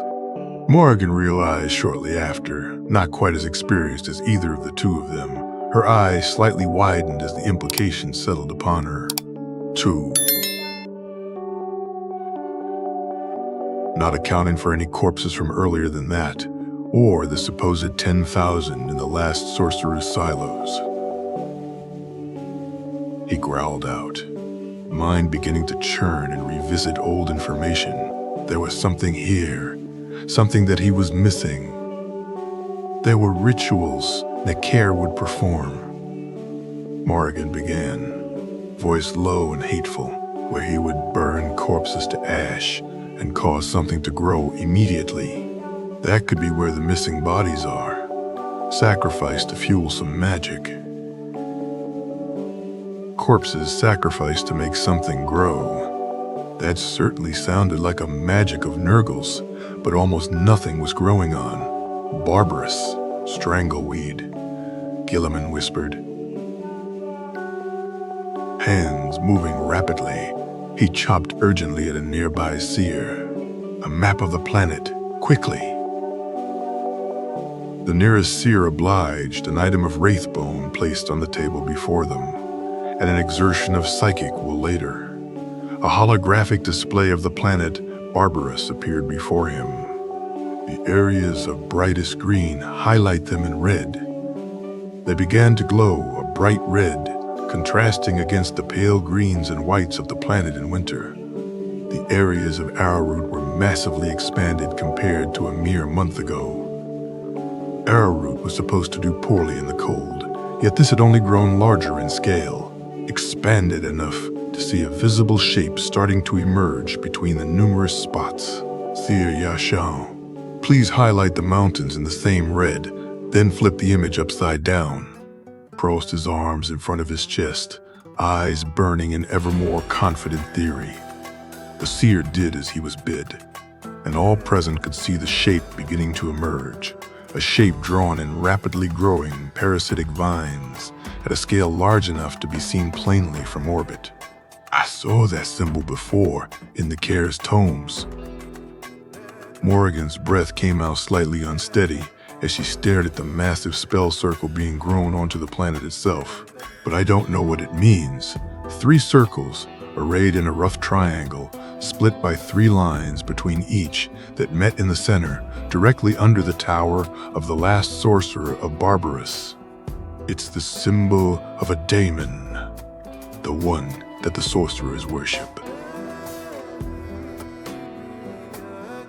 Guilliman's frustration bled into an otherwise icy cold voice. It's a massive ritual that we completely overlooked. A Nurgle ritual with a spell symbol the size of a large continent, fueled by however many corpses the sorcerers had been burning to complete it. Something that they practically let happen under their noses. Guilliman, you brainless sloth. Our preparations here are completely useless. Asarnil declared, staring at it grimly. It's already almost complete. Killing the sorcerer isn't going to stop it at this point. The works of the Plague Father grow on their own. We don't have any large-scale weapons that can burn that much growth either. Guilliman's fingers felt numb in the cold, even as his heart burned with wrath. It's grown this much in a month. We likely only have days before it's complete. Guilliman exhaled mightily in frustration and stared at the cancer he had allowed to spread. We have to evacuate the planet immediately. Staying here when it's complete will likely doom us all. What? Morgan burst out in fury. Mikael still lives. I need his head. She almost yelled out, steam bursting from her throat with the exclamation. Her eyes burned with a deeply set fury. Guilliman let his face distort with his frustration, and his hand came up to brush through his short hair. Our armor isn't repaired from the last battle, and won't be in time to launch a full attack while also saving these people. Guilliman began to reason out their situation. Choosing to attack him unprepared will almost certainly end with our deaths, and choosing to attack him after preparations are finished will mean staying on the world while the ritual is completed.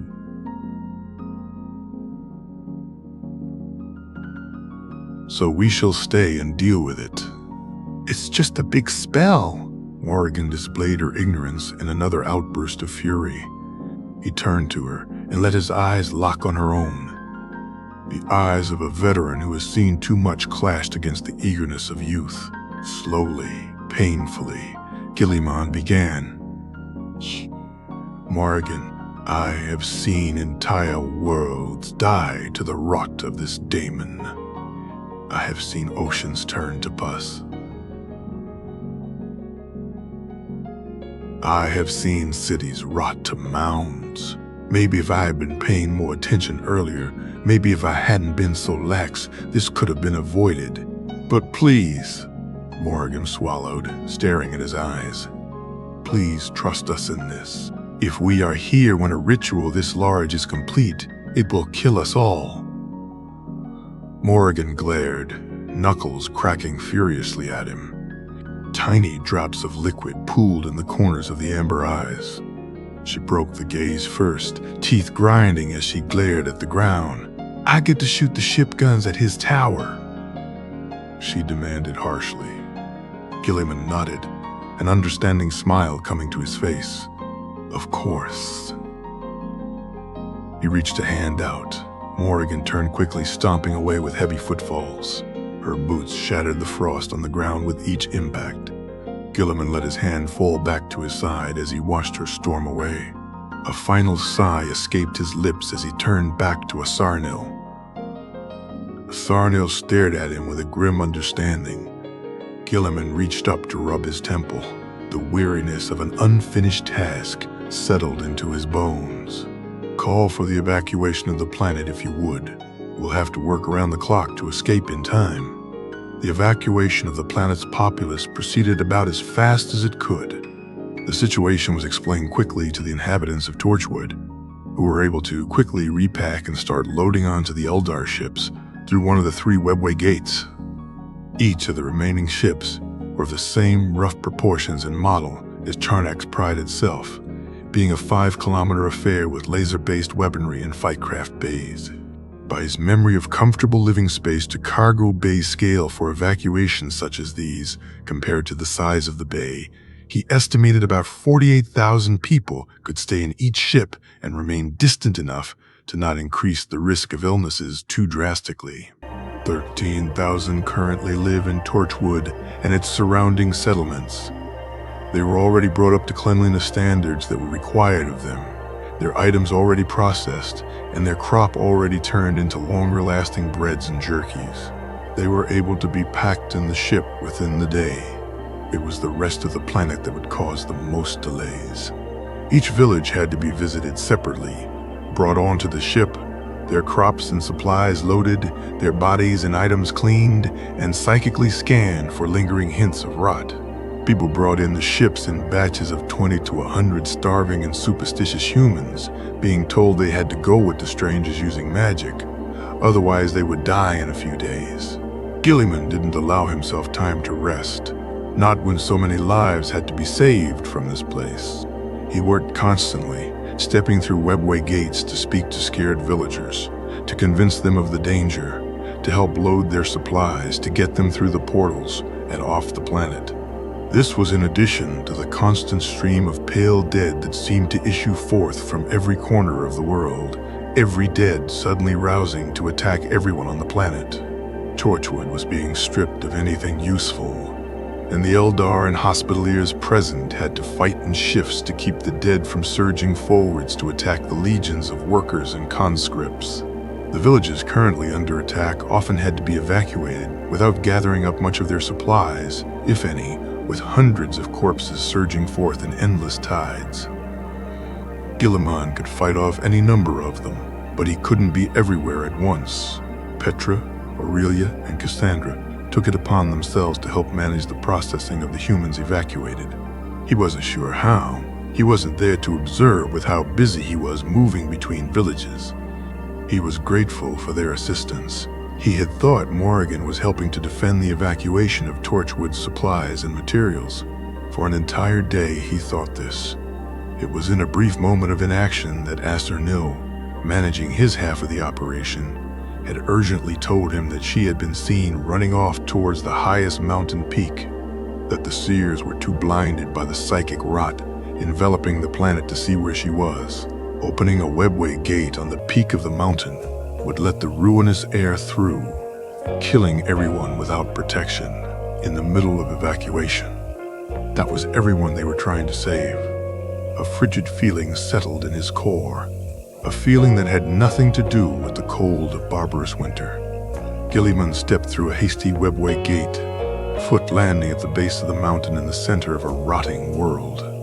His helmet had been taken off to help convince the people of Barbarous. He had no time to retrieve it. His shield was adjusted, strapping against his upper arm.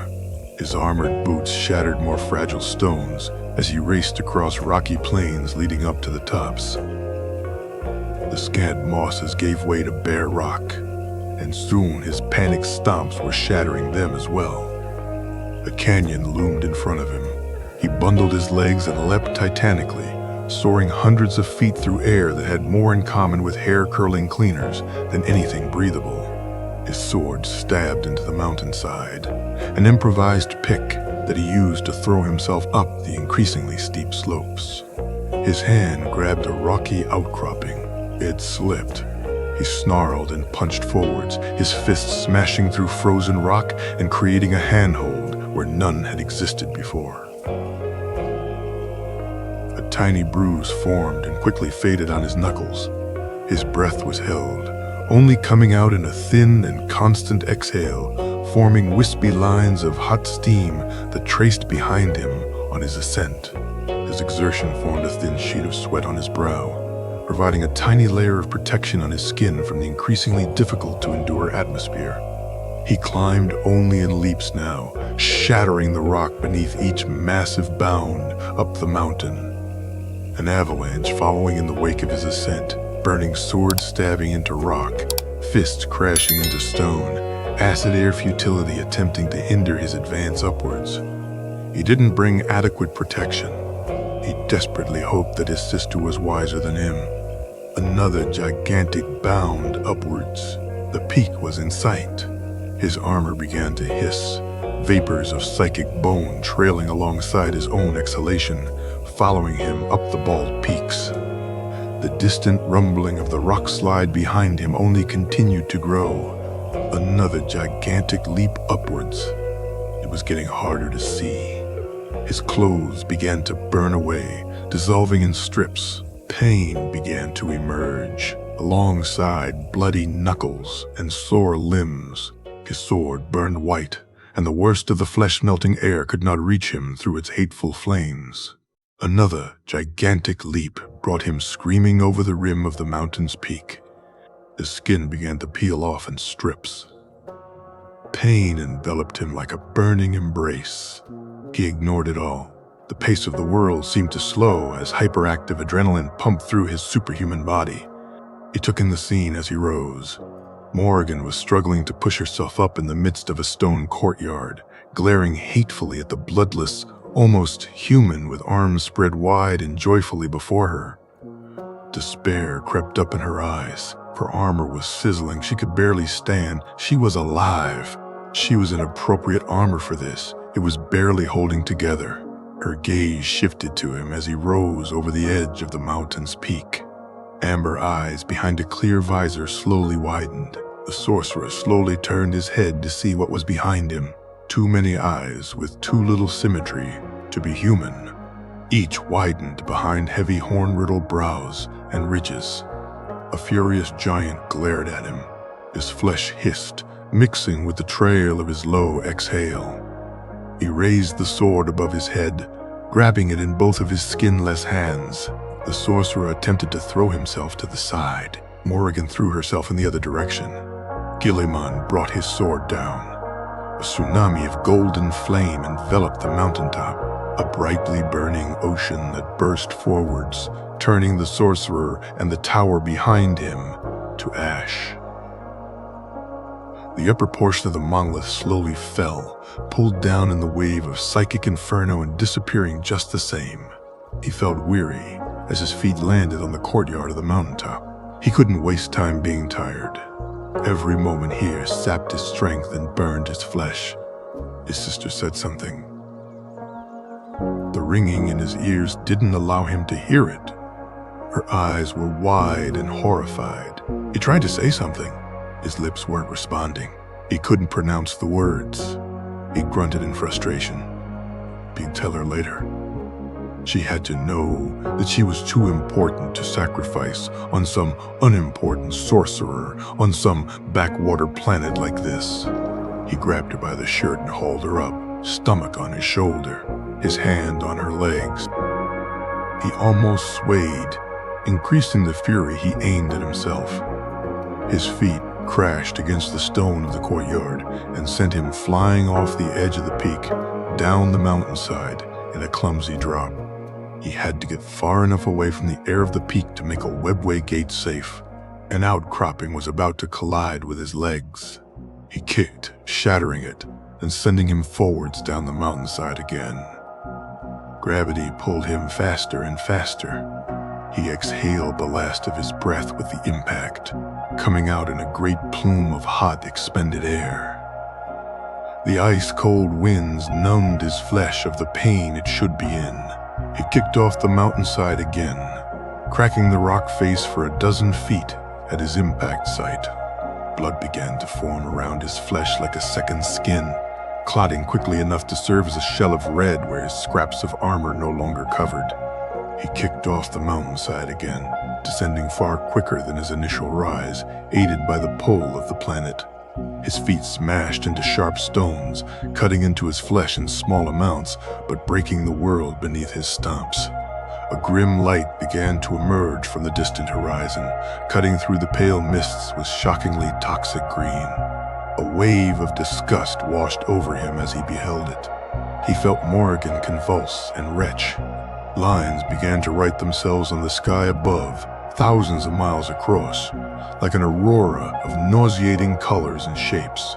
A jolly chorus began to echo through the winds as the milky sky twisted into a more putrid, pale yellow. His legs kicked off the stone again, sending him flying forwards. But the stone did not shatter. It crumbled instead, falling in on itself like rotten wood. The sword of the Emperor burned like a supernova in his grip, wrestling foul winds with the smell of fire and ash. His shield shined lustrous gold against the backdrop of a drained world. The ritual had been completed within a day, in some hours it seemed. An unfortunate thing, but not impossible to handle. A rolling laughter emerged from the mountain behind him. The sides of the rock all around him began to fall in on themselves, and their shapes began to contort into writhing, nigh organic forms. The stench grew increasingly unbearable. He kicked off the side again, The rock wobbled like blubber as he flew forwards over the ravine he had noticed previously, the bottom now filled with a yellow-white river from which squat green and pink creatures began to crawl up from, their mischievous, watery eyes sitting inconsistently over happy smiles filled with rotten yellow teeth. He swung his sword before landing again, turning a massive section of bleeding loam into warped volcanic rock. Kicking off this shattered it behind him and sent his forwards yet again. Morrigan began to convulse on his shoulder. His blue eyes glared at the parade of crawling, rotten creatures that stretched out their arms towards him as he soared over their malformed heads. Ho ho. We weren't expecting visitors, children. Quickly, don't be rude. An ancient fatherly tone boomed like a massive iron bell behind him. His voice dripped with corrosive rust. Thousands of eyes turned towards him, sword shining bright in an ocean of ambiguous and rotten shades. Share with our guests. Spells of toxin and bile crested like a battalion of catapult fire towards him. He swung, a wave of golden fire crashing into a waterfall of filth in the air before him. He continued to fall, feet crashing against the rotten skull of some mammothine Xeno, and sending him flying forwards again. Sour mists in the air swirled, and bloated flies emerged from the foaming winds. They raced forwards to latch onto him. Guilliman let loose another wave of furious heat, turning their bodies to ash. Spells of rot crashed against his golden shield and turned to dust upon touching its light. It wasn't enough on its own. Twin candles of gold in a churning sea of browns and greens gripped in blood-red arms. Oh! You're hurt, visitor. Visitor, please, let me help you. The voice boomed out in worry. A massive hand began to rise from the earth before him. Miles around the emerging hand turned into mire and murk. Trees and rocks sinking into a newborn sea of decaying life.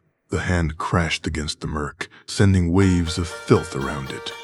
The arm strained, and a wretched, bloated face pulled, its way out of the brackish amniotic ocean. Teeth, the shade of daisies. Eyes frosted over and squatly set under massive slabs of heavy, spongy flesh. It was smiling at him. Grin stretching all the way back to almost touch the vestigial ears underneath a crown of twisted wooden antlers.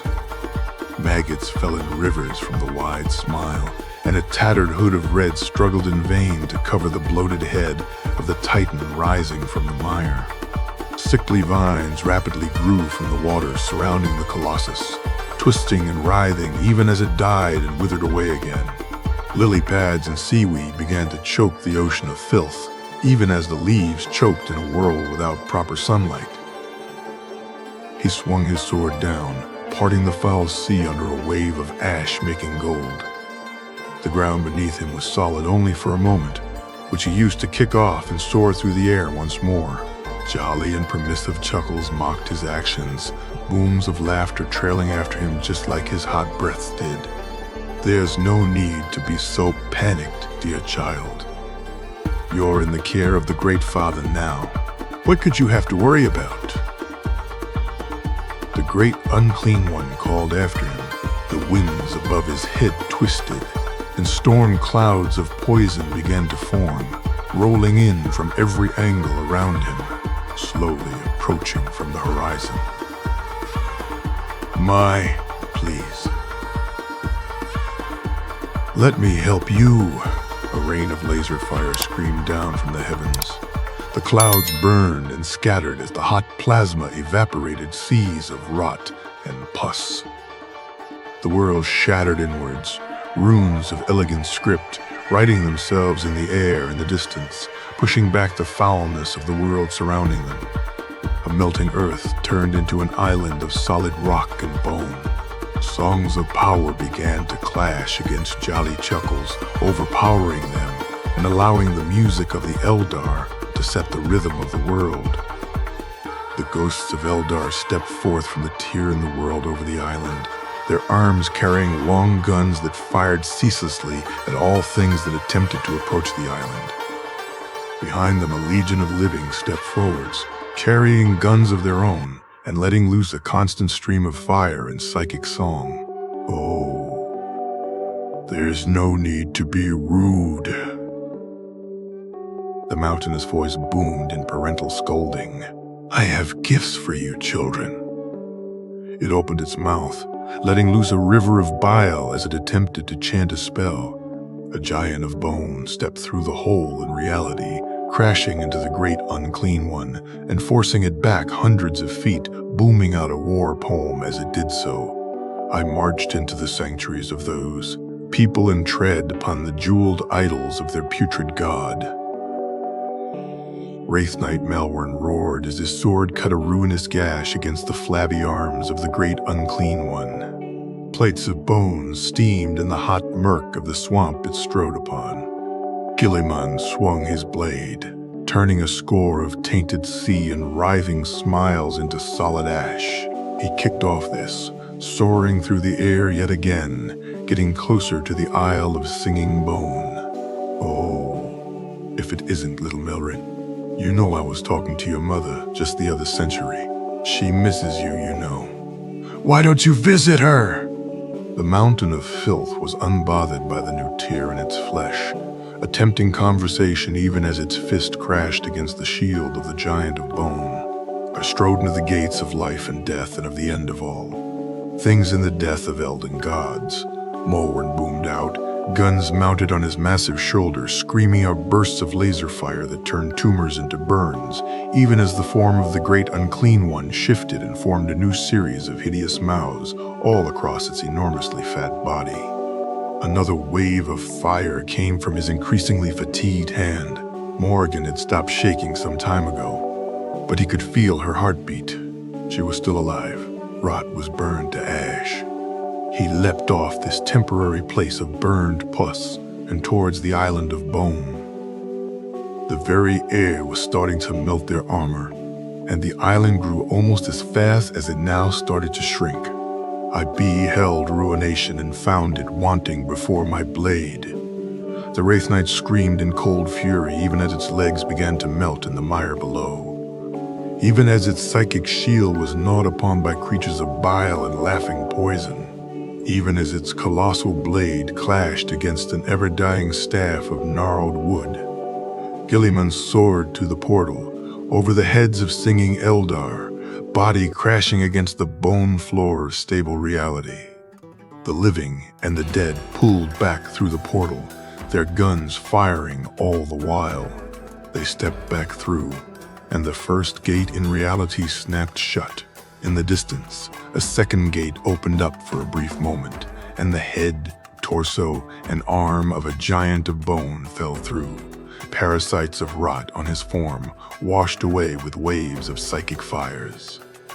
The giant strained for a moment before letting itself go limp against the floor of the hangar with a titanic thud. The gate above its head snapped shut. A fingertip of rot cut off at the joint and falling into the psychic fires of the numerous eldar surrounding the ruinously damaged giant. Guilliman rolled over, staring at the ceiling for a moment, before forcing himself up to glance at his sister. She was breathing. She was alive. Eldar in robes of white rushed towards them. He let his face collide with the floor of bone, the pain of skinless flesh finally reaching him again. His rapidly clotting blood sealing in his injuries, but not healing him. His nerves screamed at him. He had made it. They were safe. The Sarnal could handle the rest for right now. Everything went black. So when am I to receive my assurances? Sarnil spoke as he popped another chilled fruit slice into his mouth, chewing lightly as he stared at Robot in an unimpressed manner. He hummed at the taste and nodded briefly to the red-haired maid behind him. Assurances? Guilliman pretended to not know what he was speaking of, himself working his way through a slice of salted meat.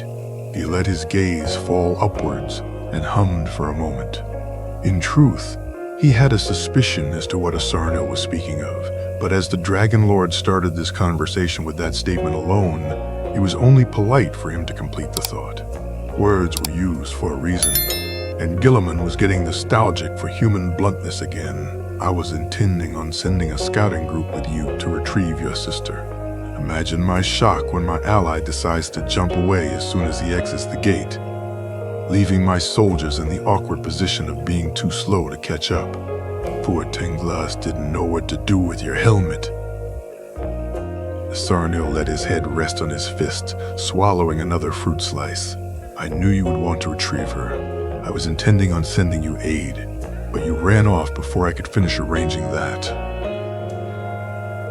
Guilliman shook his head. I barely made it in time as it was. If I had delayed any longer, Morrigan might be dead. I couldn't risk that. Indeed. Which is why I'm not asking you to swear to have an accompaniment at all times. Asarnil finished the fruit slices, quickly leaning back for a moment for the red-haired maid to place a tray with a small cake and utensils upon the table.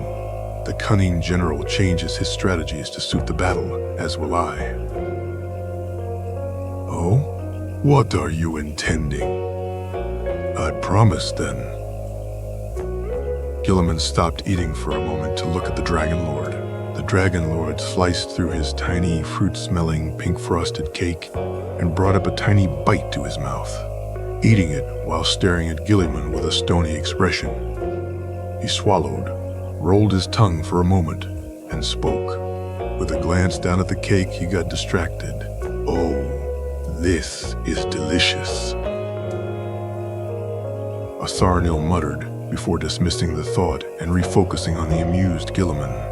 I cannot ensure that you won't run off like that again, despite your absolute critical importance to this entire effort. Therefore, I shall make sure you are mighty enough to defend yourself. This is my insistence. Guilliman raised a brow. Didn't we determine my sword arm was superior to many of your stormcloaks at once? Asarnil waved his fork dismissively. No, your sword arm is mighty indeed, but you lack any education in wielding your mind. We will correct this. Guilliman scratched at his cheek. You speak of psychery. I was under the impression that you had to be born with the talent, and I was not. That was the domain of my brothers. Asarnil looked at him as if he had just said something incredibly foolish. Guilliman frowned as he tried to determine what it was. Asarnil put both of his utensils down so he could gesture with both hands at Guilliman. Guilliman, you have a potent weapon. It is gold and sharp. Can you remind me what it is? The sarcasm is unnecessary. It is the sword of my creator. Indeed. Now, that sword has an ability beyond the cutting and stabbing standard to swords. Can you remind me what that is? Guilliman frowned, getting a hint of where this conversation was going. It can produce flame, and the wounds it inflicts are more potent on things of chaos.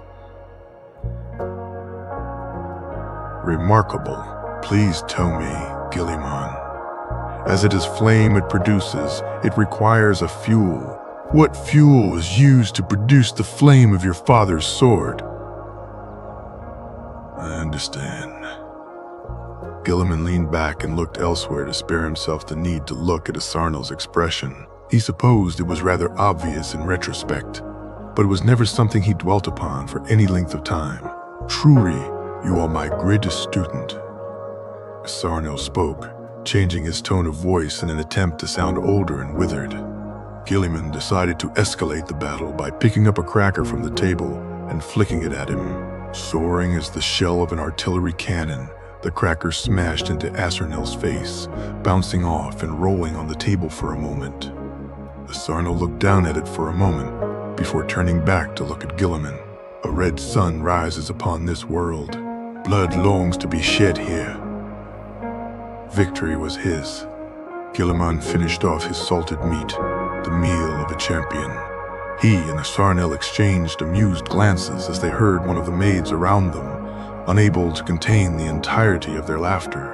Flickering ears, wobbling limbs, and face tinted red as she struggled to contain her laughter. It was something of a game they started playing. How fast can they make the maids lose composure through antics? This incident was a new record of theirs. It was particularly amusing because the jokes weren't even particularly funny this time. The scene was quietly completed by the severe expression the red-haired maid was giving, the one that made the noise, a desperate, wheezing exhale as quietly as possible. She attempted to stop her laughter, which of course only made it harder on the poor woman. The cycle was self-fulfilling now. Guilliman and Asarnel stayed completely silent and unreactive, staring at the maid in question as she slowly self-destructed into laughter and tears. A factory melting down from excessive heat buildup and the inability to vent it properly. It was actually somewhat concerning at this point. It had reached the point that stealthy concealment of the situation was impossible, and the poor pink-haired maid, currently doing a grand impression of a convulsing hyena, was practically dragged away from the scene by two other maids.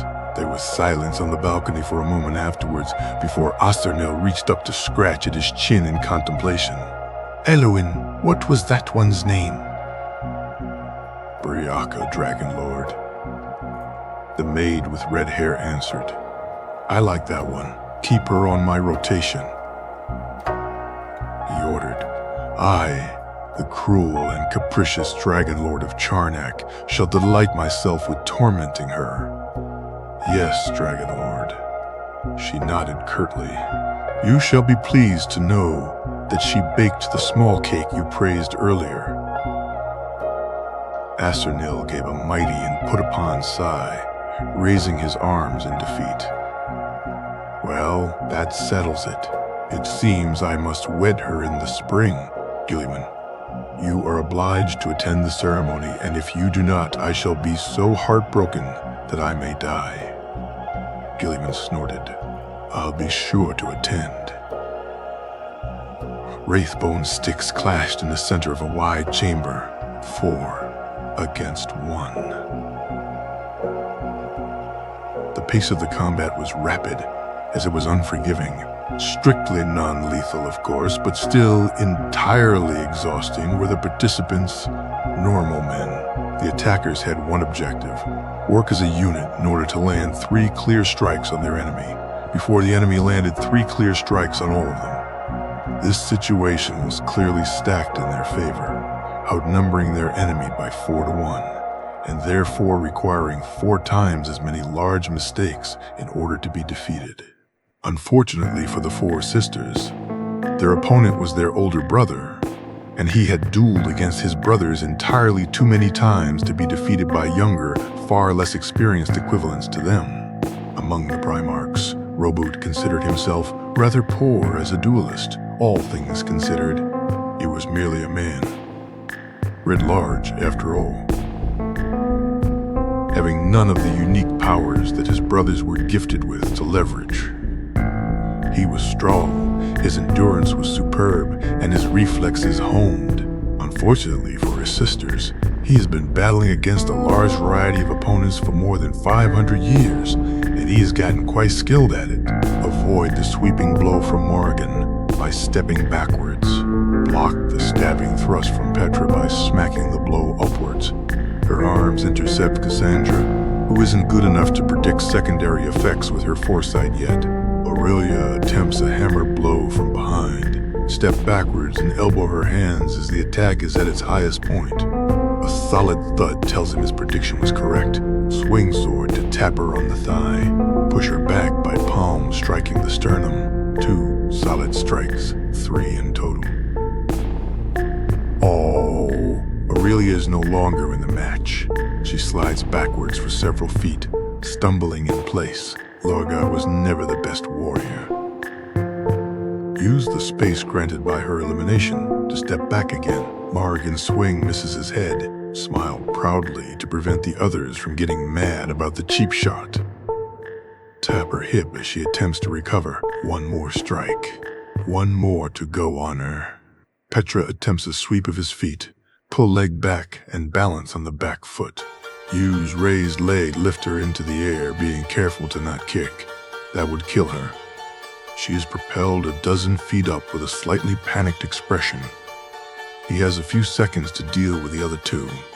Block the flurry of blows from Cassandra. She's the most dangerous of his sisters by far at the moment. 1, 2, 3, 4. Force her to retreat with a thrust of his own. Her foresight will allow her to weave around it to make an attack, but it's not good enough for the secondary effects. Still, gently smack her shoulder with the blade, twisting it in his hand the moment she deflects it upwards. The moment she figures out that part, she'll be a nightmare to fight against. Eventually, she'll reach a point that he can't defeat with conventional and honorable tactics. Perhaps in a few decades at most. Conrad was always one of the most lethal of his brothers. Swipe at her to make her back away. Knowing that he would miss, however, he let the blow carry into a block against Morrigan again. He smiled, hearing Petra crash down on top of Cassandra a few feet away. They would take a few moments to untangle themselves, letting him focus on Morrigan for that time. Judging by the sudden widening of her eyes, she knew that too. Superior speed let him slip past her guard to tap her on the sternum with a thrust. She staggered back with the gentle blow. He turned his attention towards his last two sisters. Petra looked as sullen as ever, and Cassandra's face had long turned blank in absolute concentration. He smiled at the two of them and went on the attack, the sweeping cut that Cassandra avoided. But Petra was then forced to block. Cassandra lunged forwards to stab him in that same moment, but again didn't see him using Petra's block to bounce his stick off faster than normal, tapping her in her side and pushing hard enough to make her roll across the floor. Again, not a hit. That might kill her. He gently touched them, then pushed. One more hit for Cassandra. He fell upon Petra, who blocked a thrust with another upwards deflection, but was unprepared for a grapple. Grabbing her wrists and raising her off the ground, he tapped her flailing form twice, signaling her defeat. He made sure to smile at her as he let her down again. She got grumpy if she wasn't given positive reinforcement from time to time. He turned towards the last. 2 quick jabs against his torso, causing him to wheeze as he fell back into a hasty block.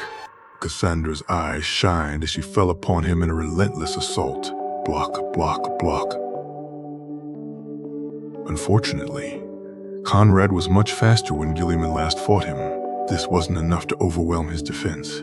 A twist into a tap against her chest caused her to slump, folding against his stick in defeat. He smiled as he lifted her up entirely, using the stick as a pole to hold her up like drying linens. Bleh, she muttered emotionlessly. Turning towards the other defeated girls, he began the second part of the lesson. Discussion. You all lasted around 30 seconds longer than normal this time. Morrigan's addition has dramatically increased your consistency in landing blows. What did you learn? They glared at him in varying degrees of dissatisfaction, even Cassandra's purple eyes glowing from behind a curtain of pitch-black hair. He almost reveled in it, exhaling in a slightly amused manner. He waved Cassandra slightly and tried again, adding a little more flattery. Come now. I'm certain something must have occurred to each of you. You're exceptionally quick learners. I'm bad at fighting, Petra grouched out, to which he shook his head. That's not what I hear from the Stormcloaks. Each of you is very talented. It's just that I'm very good at fighting. Still got hurt, Cassandra muttered. He turned towards her. She wasn't looking at him. Not good enough. Glancing at the other 3, it seemed like they all agreed with that statement. He sighed. It seems they weren't over barbarous. He lowered himself into a seated position, then Cassandra into his lap, like food is lowered off into a stone oven. Much like a large feline, Cassandra melted into a draped position, a clingy habit that had yet to leave her from her initial rescue. Physical contact made them more willing to listen to him, as he found out. He patted the floor, bringing the other 3 to sit down as well. None of those injuries were from fighting. I had done something very foolish and didn't bring appropriate equipment with me to protect against the environment. If I had done so, I would have been uninjured. And even now, I am fine, am I not? You mean Morrigan did something foolish? Petra corrected sullenly. Aurelia pursed her lips. Morrigan cast her gaze to the floor, and Cassandra didn't so much as twitch. He turned a scolding look to Petra, who looked defiant for a moment before her gaze dropped as well. Sighing, he replied, Morrigan felt she had to do so. Yes, it was not wise. But she's young, as all of you are. He let his eyes roam across all his sisters, wondering if this was how Connor felt at any point. All of you are going to make mistakes. Everyone is going to make mistakes. No one is exempt from this.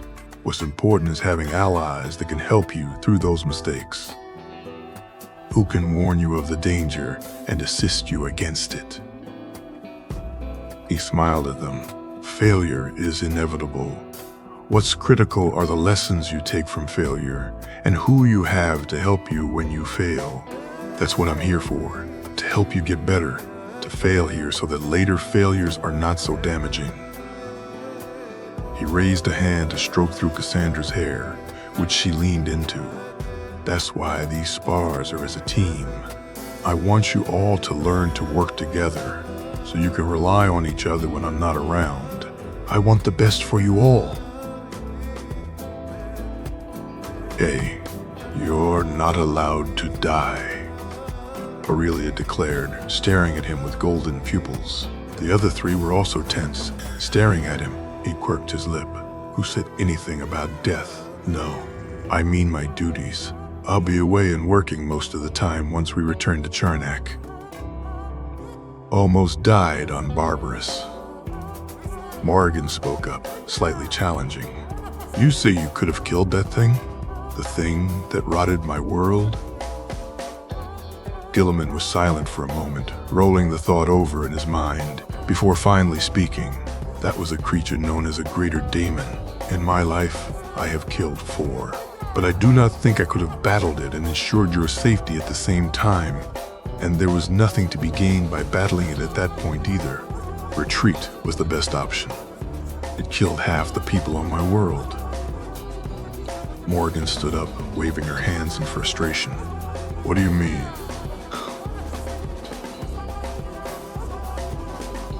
Mortarion always had a very strong sense for vengeance, of righted wrongs and due punishments. He supposed it was true for Morrigan as well. Slowly, he began to explain his reasoning again. I could have stayed and fought, that is true. It's possible I could have killed that creature and extracted vengeance for those people. But what if I fail? But what of my duty to everyone else? Of my oaths to Karnak? Of my duty to my sisters who I love? Morrigan froze, considering it.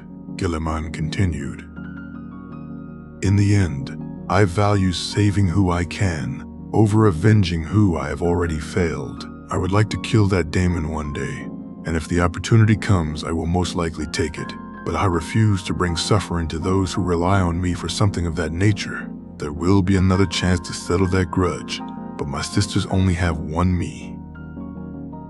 He smiled gently, locking eyes with her. Saving you was more important than killing some villain. Killing him wouldn't get you off the planet, nor would it save all those who were already dead.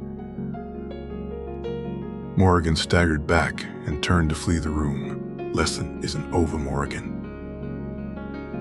She froze again and turned to sit down again. He chuckled and tried to remember where he had left off. A sudden set of yells came from all the eldar also present in the room, namely the guards along the perimeter. He frowned in small panic before running the calculations on the date again. The eldar rubbed against their eyes, as if they had just been blinded by a great flash of light and were trying to adjust to the new brightness. The room was still as well lit as it was before. However, the date told him what he needed to know. What's going on? Aurelia asked, eyes darting about. Guilliman sat relaxed and idly commentated. If my judgment is correct, they are trying to adjust to the new light. The Astronomicon has just been lit. It's impossible to explain with you being untrained. A Sarnil made conversation as they awaited for the defenders of the 8-system empire they were approaching to make a decision. He raised a hand and gestured vaguely to the direction Guilliman assumed the Astronomicon's light was coming from in the warp. The warp is not a place of pure darkness. Lights ride throughout it as stars in the skies might. Psychic galaxies swirling of all manner of colors and shapes, gently swirling in a sort of eternal dusk. He threw his hands up in small amounts of frustration. Your father has managed to undo that. There is now a sun in the warp. There is a golden, burning sun present in what was before a place of gentle, horrific twilight. Everything has been thrown into sharp and painful relief, illuminated by what I would normally assume was a Shurian making the kingly decision to demonstrate his masculine glory for the wheel. I did warn you about it. He assumed it was the eldar equivalent to the fruit of the domesticated malus tree. Petra's own gaze kept flickering in the same direction, presumably the space in the warp in which the Eye of Terra and the Astronomicon clashed. She was here on the chance that he might successfully bargain for a tutor for her. His other sisters showed little interest in potential engineering studies, and he knew it wasn't their intended functions regardless. She had yet to stop preening about it, no matter how much she tried to disguise it from him. There is a distinct difference in being informed and bearing witness. Sarnil jabbed a finger at Guilliman before snatching an eldar apple of his own and biting into it furiously. He chomped through it quickly, taking out his irritation on the poor fruit and finishing it off within the minute.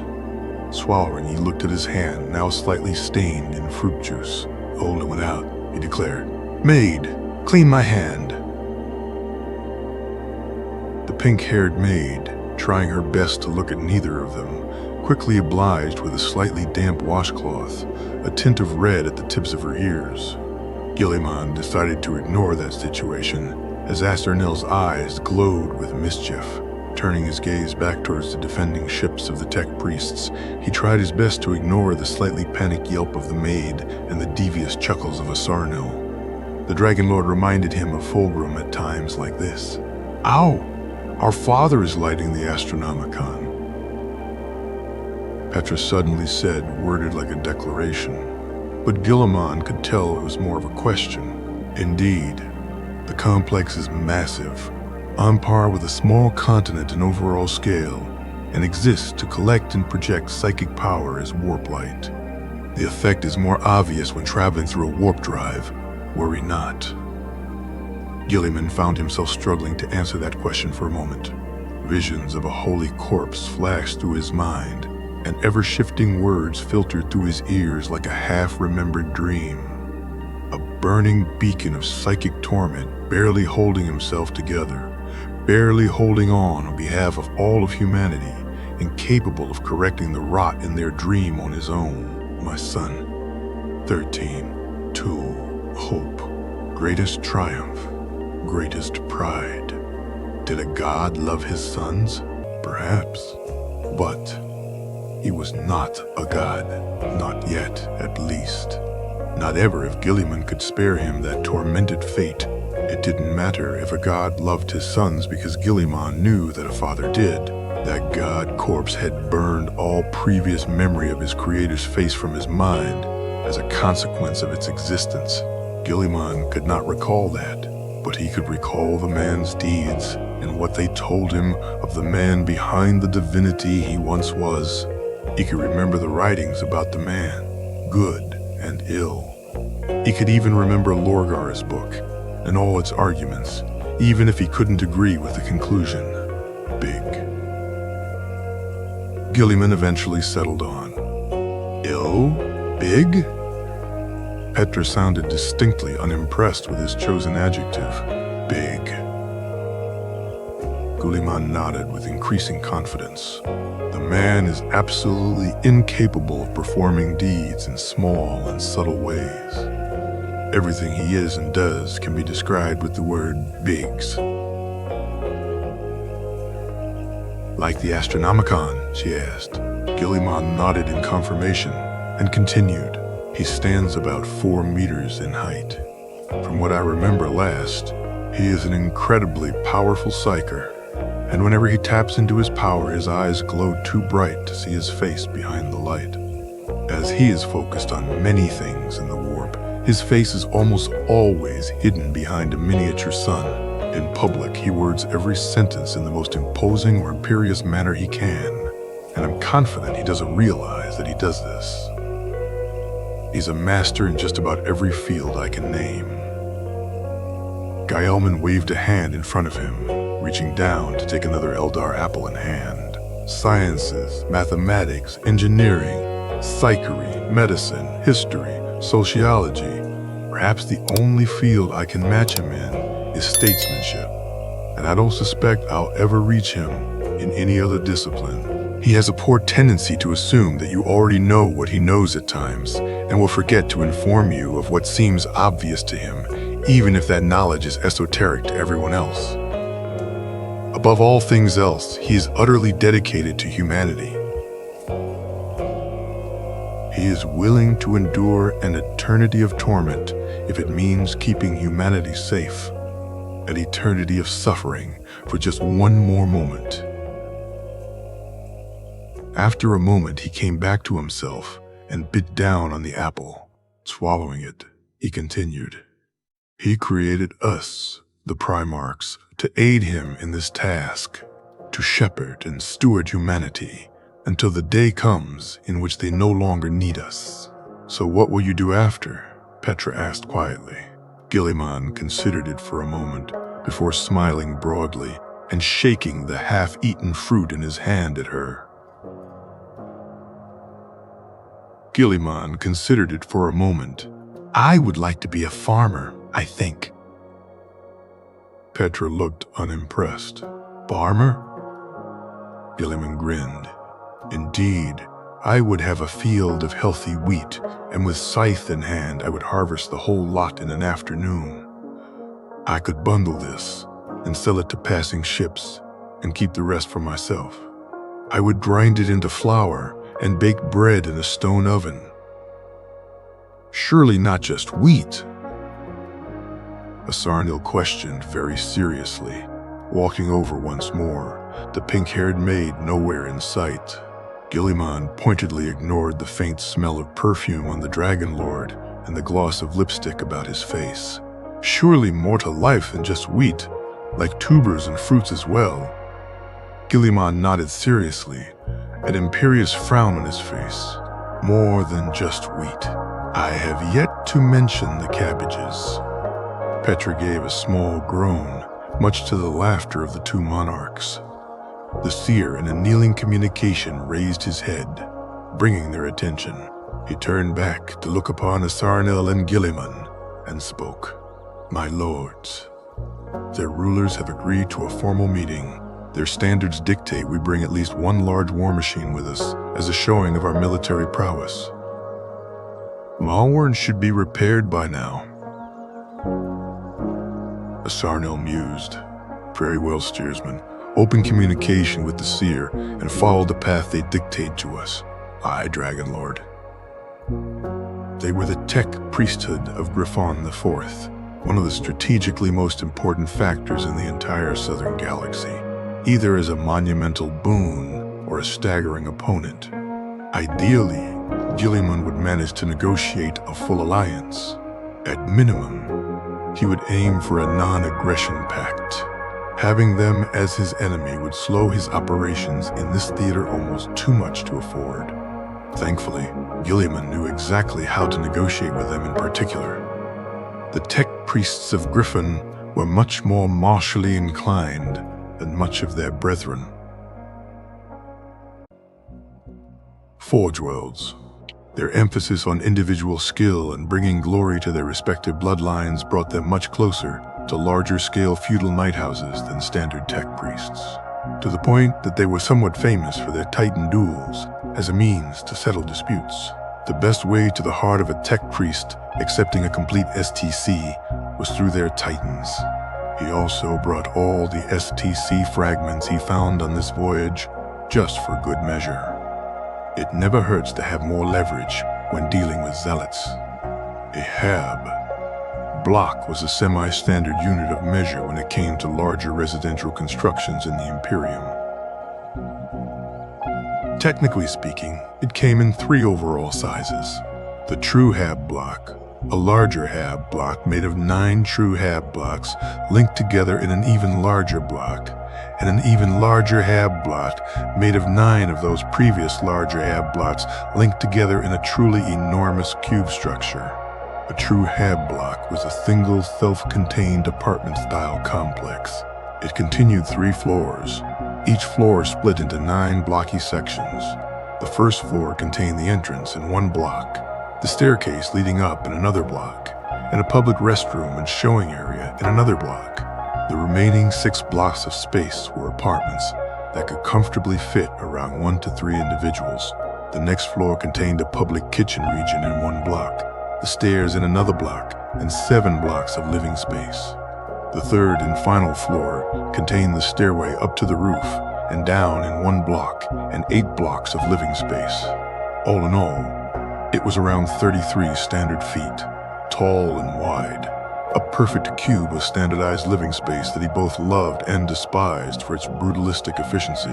Of course, there was very little standardization when it came to how these structures were linked together, the largest and most inefficient of which were sometimes up to 1 kilometer on any side. They were eyesores at that scale, and inefficient eyesores at that. Guilliman loathed them. The procession of tech priests before him had been escorted by a selection of their Reaver-class titans, gigantic humanoid war machines, clad in heavy adamantium armor and void shields, acting as both avatars of the tech priest's machine god and as actually effective weapon platforms. A Reaver-class Titan was mid-sized as far as Titans went, typically deployed to support forces in fast assault roles. Not as heavily armed and armored as the heavier Warlord-class Titans, or as quick and nimble as the smaller Warhammer-class Titans, but generally accepted to be a good balance between both. The average Reaver-class Titan was about as tall as 2.5 Hab blocks stacked on top of each other, standing many meters taller than even the Wraith Knight behind their own procession. Painted mostly gray, with yellow faceplates and pauldrons on their massive forms, accented in highlights of gold hammered into wing-like shapes. The tech priest had brought a modest number of their own to this meeting. Only 12 such hunched-over giants of plasteel and adamantium, a definitive statement of power to the ones who came before them. These titans were surrounded by their ceremonial guardians, the Scutari, machine-enhanced humans that served as the common soldiery of each Forge world. Before these titans, the Fabricator General, leader of the overall Forge world and its subordinate systems, stood. Just as all of the senior tech priests, the Fabricator General was greatly enhanced by machines, much of his original body replaced outright and clad in the long gray and yellow robes of the Griffon priesthood. From the waist up, the Fabricator General was humanoid in form and size, even if the majority of his body was hidden away behind robes, body armor, and machinery. In one hand, he held the symbol of his office, a massive halberd with a blade forged into the shape of a sharpened half-gear. This half-gear was attached to a distinctly eagle-like head, making it also appear to be a great mechanical wing, which was the overall symbol of the Griffon priesthood in specific. From the waist down, the Fabricator General was completely inhuman, abdomen descending into what would be the neck of a great mechanical beast, quadrupedal and claw-footed, with 2 massive secondary claw arms mounted on the shoulders of the lower body, near the waist of the original torso. A mechanical tendril served as a tail, and from its end swayed machine inputs that seemed to wander of their own accord. Behind him, a procession of 12 slightly more humanoid tech priests stood, each with gear-wing halberds of their own. Behind them, a procession of almost 150 more Scutari stood in perfectly symmetrical rows. In comparison, Guilliman stood with a Sarnel mounted upon Deathfang, 1 Bone Singer, 10 Seers, 100 Dragon Knights, 10 Wraith Guards, and 1 Wraith Knight. A much more modest affair overall, as was proper for guests coming in good faith. The two parties stood on the wide, flat outskirts outside of anything the tech priest deemed important on this world. From what he could tell, it had long been stripped entirely bare of anything of value, replaced by massive plains of utterly flat stonework that likely comprised the majority of the Forge World's surface area. Forge Worlds rarely cared to preserve anything natural on their worlds, instead harvesting all biological material to sustain internal, machine-controlled farms of various types and reserving the rest of the planet for material strip mining. Mountains turned into flat plains, their stones harvested to fill in valleys and pave over entire biomes and build up massive fortress walls that stretched miles across.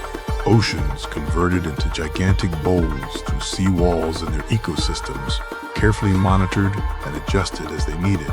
Atmosphere carefully regulated by massive pumps that replaced the need for much of their land vegetation when it came to the conversion of unbreathable air into something human lungs could be sustained by. Right angles imposed upon every aspect of nature they could reach. This was a somewhat cleaner Forge world than most. The sky and oceans were still blue, and there were a few pockets of wildlife from what he could see from orbit, although those were almost certainly deliberate scientific preserves.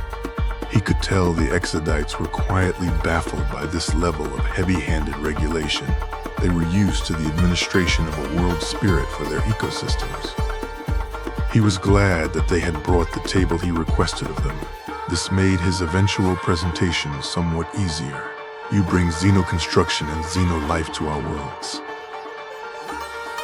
The Fabricator General spoke, staring at Guilliman, golden optics glowing from behind a yellow hood. The massive scale of his mechanical lower body only barely brought him up to eye level with the Primarch. His voice was heavily synthetic, carrying tones that only a machine could produce, and speaking in high Gothic. You speak to the Fabricator General of the Griffin Forge Empire, Carolus Caculatus. Present thyself by name and banner, Xeno-friend. Guilliman nodded and spoke broadly. His masked helmet was all that was left of his old armor. In the meanwhile, he wore fresh plates of heavy wraithbone over the standard bodysuit of the Eldar. This replacement armor was not as finely crafted, but it was heavier overall, which served as an adequate stopgap. It was blue, just as before, except a single red right gauntlet.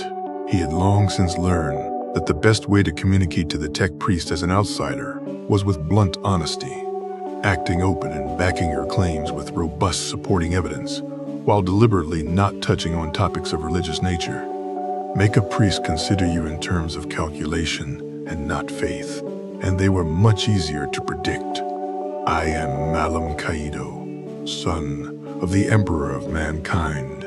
I have come to discuss terms, ideally for alliance, at minimum for a pact of non-aggression. I have ambitions of conquest for the southern segment of the galaxy, and the Griffin Forge Empire is one of the greatest tactical considerations in this region. All completely true, while being subtly flattering. Honesty in aims and nature. We do not recognize an emperor of mankind. Such a figure is not known to us, Corrales replied blankly, staring at him behind a shadowed hood. Guilliman nodded. He is the current ruler of Terra and of the Sol system save Mars, which remains in the hands of the priesthood. He has made an alliance with them, and the lighting of the Astronomicon is their first collaborative work. The Great Crusade has just begun, and with it will be the conquest of the galaxy. I am conquering this section of the galaxy, with intentions on joining with my father in 47 years. Define Astronomicon. The great light that appeared to the senses of all psychers, built by the priesthood, powered by my father's psychic might. A psychic lighthouse built on Terra. You claim he is allied with the priesthood of Mars. You bring Xenos with you. The Eldar are divided into 3 broad categories: the city-dwelling, the nomadic, and the frontier dwelling. The Exodites I am allied with are the frontier dwelling, and they have access to a critical technology and a critical material that will make the expansion far more effective. The trans-dimensional gates you move through, and the psychoplastic you bear, Carolus declared. Guilliman assumed it was a guess, but one that was likely backed by many minutes of predictive analysis fed into cognition machines. The alien mechanism is a perversion of the truth path. The declaration was firm, solid, and spoken from the tongue of a pragmatic zealot. I know little of the laws of the machine. God, I shall not claim otherwise. I am a statesman, a general, and a man of logistical incline. I am not a priest, nor an engineer, nor a man of science. Guilliman spoke plainly. I request to make my proposal in full, at least, and allow ye learned men to cast judgment upon it once it is fully explained. There was a long silence between the parties, the hum of binaric in the air revealing a series of rapid communications between the fabricator general and his select priests behind him. Eventually, he inclined his head. Speak, O statesman. Guilliman nodded and placed a holographic imager upon the table between them. Turning his head back, he nodded at one of the seers to step forwards and operate the device as Guilliman willed it. Stepping to the side of the display which grew to fill the air next to him in a large map with diagrams and broad strategic concerns right adjacent to it, Guilliman began to explain his overall plan for the southern segmentum in terms the priesthood understood, numbers, and the raw calculus of conquest. The webway technology will be critical to overall development and supply lines throughout the conquest region. The technology is beyond me personally, but I have attached the notes drafted by the subject matter experts in Tome W. The summary of the technology is that, through theoretically similar technology to a warp drive, a gate is temporarily forced open in space to allow one into an alternate dimension, through which distances can be shorter or longer, depending on where you choose to go. The webway, being artificially constructed, is not subject to the variable nature of the warp, allowing for much faster overall travel times if one knows the correct routes to take. Displayed now is a map of the galaxy in real space. Next to it is the map of the webway routes known to the Exodites of Sharnak. The red line on this map was the route taken by our initial voyage around the galaxy, and the time it took in between each major section of travel. As you can see, it is currently the 5th year of our voyage, and we have nearly circled the galaxy. Warp travel is inconsistent enough to potentially defeat that time, but most often in my experience, it would take more than a century to make the same journey with conventional travel. Provided is a psychic black box recording of the ship over the course of our voyage, and all evidence we have to support this claim. It should be readable with a psychic servitor unit. Please inform me if it is not, so we can work out another solution to retrieve that information. As you can surely understand, this incredible jump in travel time and consistency is absolutely vital to any conquering power. Attached is the list of dangers one might potentially find in the webway, and the full description of each. Of particular note are the urbanites Eldar, who have spent much of the last 50,000 years or more indulging in every manner of perversion imaginable. It is recommended by the Exodites that you attack and kill these on sight. Fleeing is unlikely to be an option with the speeds of their ships, but everyone that you kill inflicts a massive loss to their empire, as they can no longer replenish their numbers as effectively due to the formation of what they call the Womb of Destruction, a warp vortex found here. With their inherent psychic sensitivity, the Eldar must be protected against larger warp disruptions such as this, lest their soul is Eldar children born without the protection of an Exodite world spirit, or similar degree of protection, are almost certainly destined to be stillborn, their souls destroyed in the womb. These are purely defensive entities, and cannot be requisitioned from their interred planets for the war effort. For this reason, the primary bulk of Exodite aid shall be in the form of ships, access to the webway, the production of the psychoplastic substance known as wraithbone, and their war constructs known as wraiths. 9. Not only do many contain war machines, albeit in need of severe repair at this point, but they also contain established bloodlines of veterans who can command such. In addition, their common population will serve as adequate initial forces, given arms, armor, and basic training. These worlds in particular will be simple to draw to our banner through technical expertise in repairing their ancestral machines.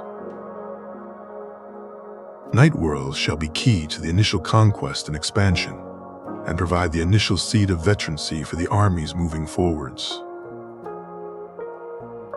After these worlds are brought into the fold, the next targets will be other worlds of similar low-risk nature in the region, such as feral worlds, feudal worlds, and lower development worlds in roughly that level of danger. Civilized, hive, and death worlds should be avoided in the first wave of conquest. Civilized and hive worlds have more potential danger to our own armies, with their higher degree of technological development, and death worlds provide little benefit without a great amount of effort to bring them up to par. Recruitment from death worlds, however, should be considered if humans are present upon such. The webway and its rapid transportation with relative safety allows us to avoid problematic worlds and focus on expansion into less contested territories.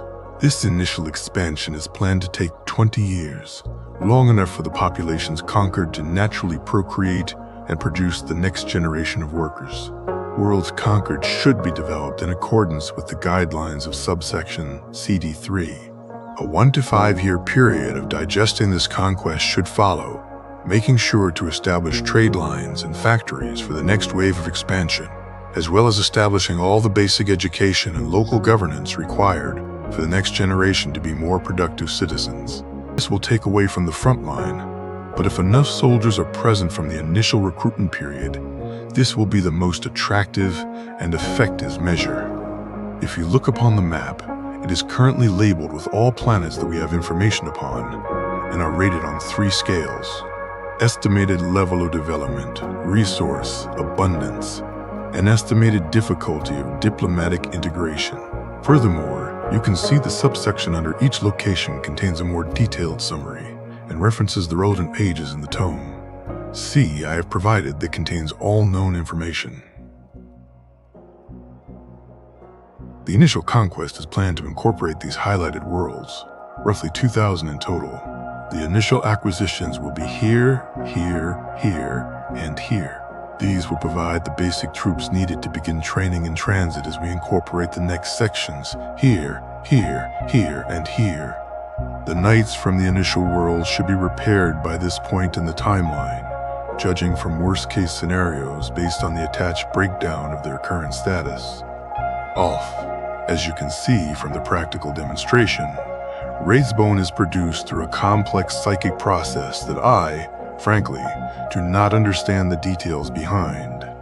I have been told that it is a form of solidified psychic energy produced by a specific intonation, focus, and thought process.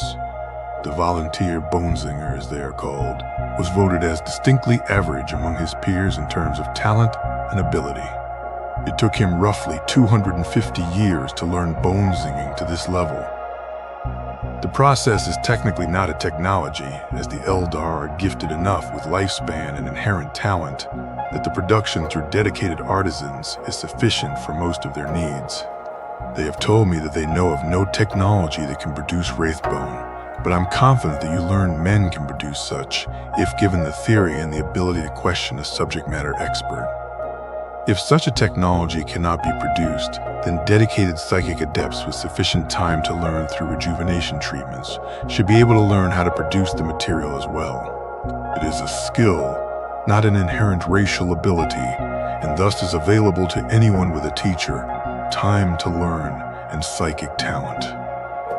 The material properties of Wraithbone are flexible, owing to their psychic construction. The shape is fully alterable by a bonesinger of sufficient skill, and as you saw, a 5-meter block was produced within a minute by an average bonesinger. This block weighs roughly as much as an equivalent block of structure-grade plasteel, but has durability and resistance to damage equivalent to adamantium. Guilliman paused for just a moment, letting the burst of binary conversation pass before continuing. In addition to this, Wraithbone is self-reinforcing. It draws from the ambient psychic energy surrounding it to repair itself over time, assuming it has not been destroyed completely. Wraithbone objects do not degrade if left unattended, and indeed will restore themselves without the need for maintenance if the damage is minimal enough. It is otherwise a non-reactive material, and does not expand beyond its original shape without explicit effort. He waited for a time, but a full minute passed, and the conversation had yet to die down. The Fabricator General thunked the butt of his halberd against the stone tile ground, causing an immediate silence. Guilliman nodded his head in thanks and continued. I am led to believe that the titans of each forge world require great plates of adamantium to protect themselves. Such plates would be a task, requiring only hours for a bonesinger to produce, and much simpler to affix, thanks to their lighter weight. Thanks to their self-repairing property, only the most damaged plates would ever need active effort to repair. Assuming you only had to produce and bless the internal structure and components of a titan, I imagine the time it would take to produce each would fall dramatically. Expanding the use of Wraithbone to simple weapons and armor plates should be able to increase the overall manufacturing output of your forges by an order of magnitude. I shall leave the exact calculations of such to ye learned men. The Bonesinger is available to produce other examples of the material at your request, should you require more samples for testing. Guilliman finished just in time for the first calculations on the potential increase in output of the tech priests to finish. He felt the distinct warmth of a task well performed as the air was filled in what he assumed was the equivalent of furious and open debating between the assembled parties. It sounded like the static of 1,000 malfunctioning Vox communicators, if he was being honest. All in all, it took 9 hours to finish his presentation and proposal to the senior tech priests of Griffon. 3 hours of presentation, 6 hours of rigorous questioning about specifics in his overall plans and available information. They then requested another 100 or so samples of the Wraithbone in various sizes, and a week to consider the proposal in full, both of which were granted, and the rest of the meeting rescheduled for about 6 days from now. Before they left, Guilliman offered the sum total of the STC fragment copies he had made, thus to the tech priests, who accepted it emotionlessly. The originals and the best copy of each. He still had a personal copy of everything back on Charnak's Pride. There was a buzz in the air as they walked away, escorted by their titans. All in all, Guilliman felt rather confident in his presentation and sales pitch. Going over his plans like that in such meticulous data even pointed out 3 potential considerations that he had missed so far, which meant that even if nothing else was gained, his plans had been slightly improved by this encounter. A rigorous and productive session of double-checking his notes always left him in a good mood. His smile slowly fell into slight concern when he looked at the ones that had accompanied him. Reaching up, he rubbed the back of his neck, Petra's glare firmly on him. Asarnil's glare coming from behind her, then the slightly annoyed looks of every other Eldar behind the two of them. I suppose I forgot to warn how thorough the tech priests like to be when negotiating. He spoke, somewhat sheepishly. 9 hours! Petra started. Her glare was sharp and deep. 9 hours of standing still in silence. You went into detail about the predicted reproductive rates of 13 variations of livestock, the products that could be harvested from each, and the considerations for their ranching on 20 subvariants of world. Asarno elaborated, his glare narrowed slightly as he continued. This information was in the tome, I thought. You could have just told him to read it. That wouldn't demonstrate my personal knowledge of the matter, Guilliman weakly explained.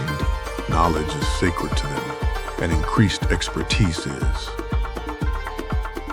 He decided to stop talking when he saw the looks on their faces. The escort behind Asarnil was already mostly dismissed, returning to their posts and dragons being brought back to the stables. Deathfang itself decided to simply lay down in the middle of the hangar and sleep there, much to the slight panic and immense curiosity of the Barbarans still temporarily housed here. It was currently flopped over on its side, breathing with its mouth open to cool down from being in the heat so long. I could have endured such just fine had you warned me ahead of time. Asternil continued to lightly vent at him, rolling a shoulder and letting the symphony of cracks ring out. As you chose not to, you are going to be punished accordingly. Guilliman raised a brow, even as Petra turned her head and glared sharply. Asarnil continued undaunted. We are going to participate in the ancient rites of manly bonding by getting loose with a hot bath and then sparring for several hours, followed by another hot bath. We are going to talk about all manner of masculine things during this time, such as lifting heavy objects and lusting after women. Asarnil raised a finger in the air, directed at Guilliman, and brows raised in a haughty manner. Do not attempt to resist. This is my kingly decree. Guilliman snorted bemusedly and replied, Oh, woe is me, to suffer such a horrid fate. I suppose I must. Asarnil turned on the spot and raised a hand to gesture for Guilliman to follow. Come now. I shall have the maids ready the bathing chamber in promiscuous attire, with trays of fruits, wine, and whatever other overly indulgent thing I can order them to bring. Perhaps hot oils. Asarnil began to walk off, Guilliman shaking his head in amusement before turning to Petra for a moment. She was glaring at him. He blinked. He supposed she was still upset from needing to stand still so long. It was wrong of him to cause that. He supposed she was also annoyed. He had no solid confirmation of a tutor for her yet. So far, her being present was for nothing. I apologize for making you stand still for so long. I should have remembered to warn you. He apologized, nodding his head at her. She was still glaring, apparently needing some time to forgive him. He reached up to rub the back of his neck for a moment. I'll talk to you again tonight. You're not allowed to look, she demanded sullenly. He blinked. At what? The maids. Improper, she grunted out, not looking at him directly anymore. Oh. She was worried that he would disturb the servants, as Asarnil did. He shook his head in bemusement. I have no intention of tormenting them, Petra. I shall enjoy the hot water more than anything else I imagine. She hugged him briefly, which he returned, before pulling back and stomping away in her usual manner. He shook his head and moved to catch up with Asarnil at the other end of the hangar, waiting with his arms crossed and tapping his foot. A hot bath and massage did sound rather nice, now that he was considering it. He used to have such back on McCrags in his youth, and they were always pleasant experiences. He rolled his neck, hearing it pop in several places. A massage was probably called for, yes.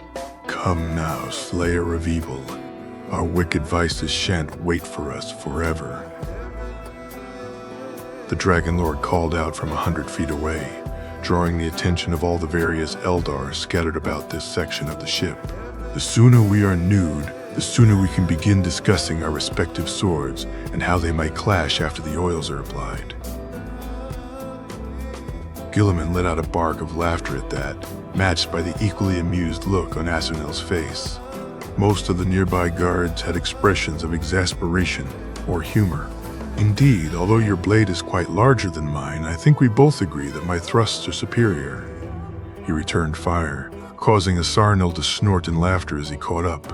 I think our observers can be the judge of that, but first, the maids must wash and oil us. And the fruit and wines, of course. I'm offended that you'd think I would forget.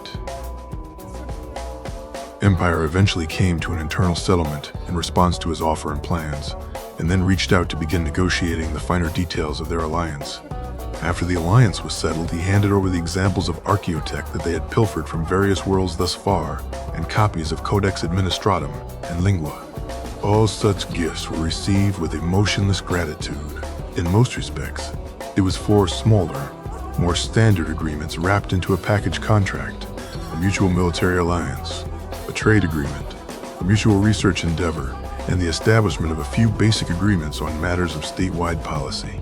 The sovereign worlds of Griffon would remain technically independent, providing the industry and engineering expertise that his armies and eventual empire would need, and they would educate an engineering corps on the most basic foundations of engineering and the sciences, provided that this corps recite the appropriate litanies as policy and have at least one Griffon tech priest on hand for more complex matters.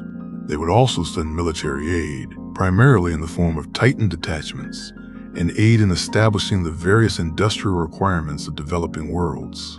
Regular quotas of supplies would be extracted from his worlds and delivered to theirs, and regular quotas of guns, vehicles, and ships would be flown from their worlds to his. In exchange, they would have a retinue of eldar subject matter experts aiding them in understanding the webway gates and wraithbone as a material, as well as producing the plates for the first wave of wraithbone armored titans. They would not attempt to restrict the eldar from using their technologies, but would have the right to oversee and veto uses of xenotech for his human and abhuman soldiers and citizens. They cited risks of spiritual decay as the primary cause, but Guilliman knew the move was mostly political in nature. They were attempting to get on the alliance with permissive terms to regulate the new empire that would form as best they could. Naturally, Guilliman agreed to this on the subcondition that the rights and permissions of the alliance would be reviewed and potentially revised by a meeting of both parties once every 100 years. They, naturally wanting to leave themselves open to gaining more influence later, agreed to this term. Guilliman asked for initial approvals for what wraithbone would be used for, and they agreed to permit the material for simple weapons, no moving parts or energetically active components, and armor unpowered. The review of other potential technologies was to be performed once they had a deeper understanding of the material. Other, smaller agreements and settlements on specifics were made throughout the entirety of the contract, the end result being a 144-page document that would be referenced in the so-called Charter of Ziz.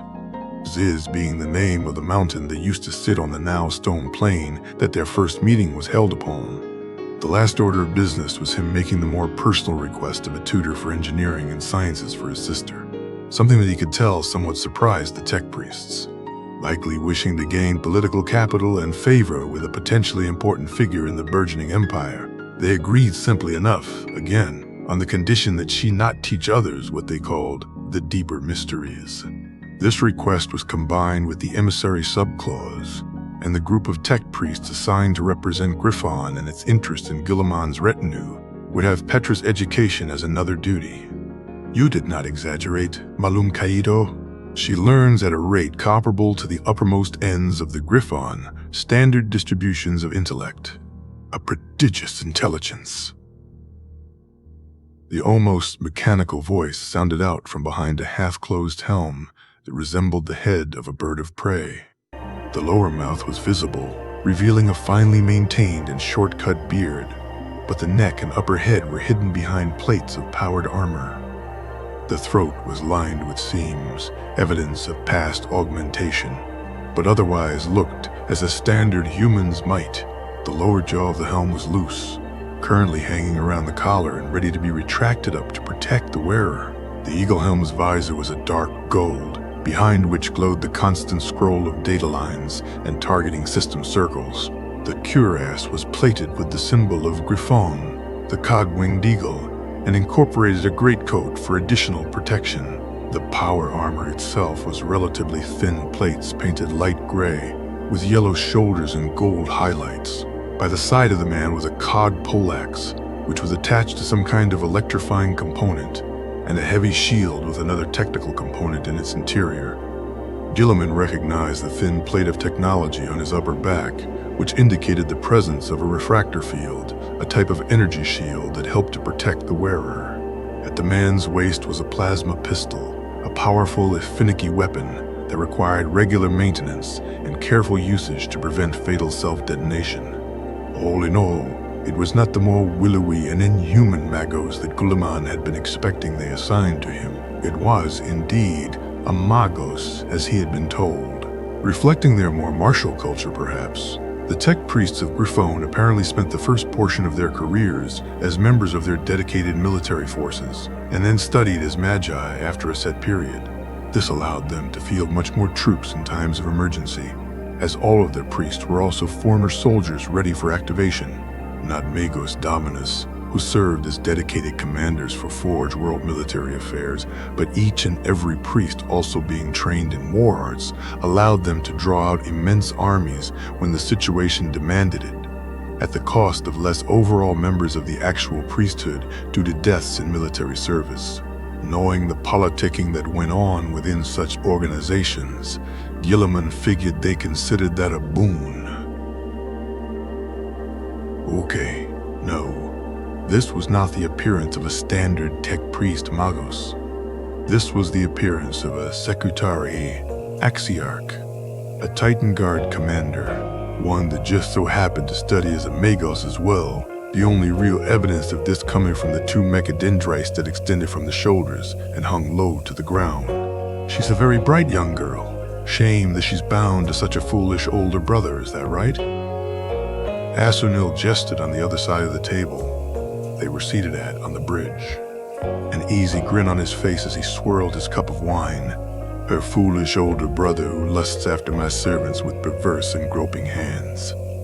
I'll ask you to not accuse me of your own nature.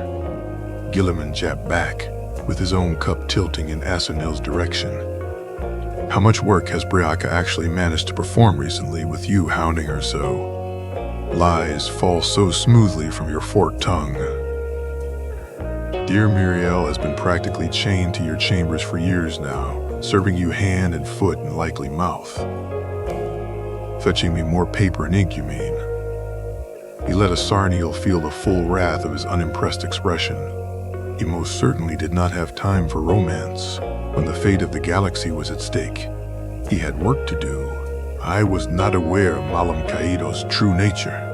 I shall request that you limit your perversions to the Xenos and spare my retinue your lustful intent. The Titan Guard commander spoke, interrupting the normal flow of conversation. Of course, if such is required for our alliance to proceed smoothly, they will be willing to perform their duties to Griffon. Guilliman let his face turn to stare at the utterly emotionless Magos as Asarnil broke out into a burst of coughing laughter, almost spilling his drink. Guilliman leaned back and spoke to the ceiling.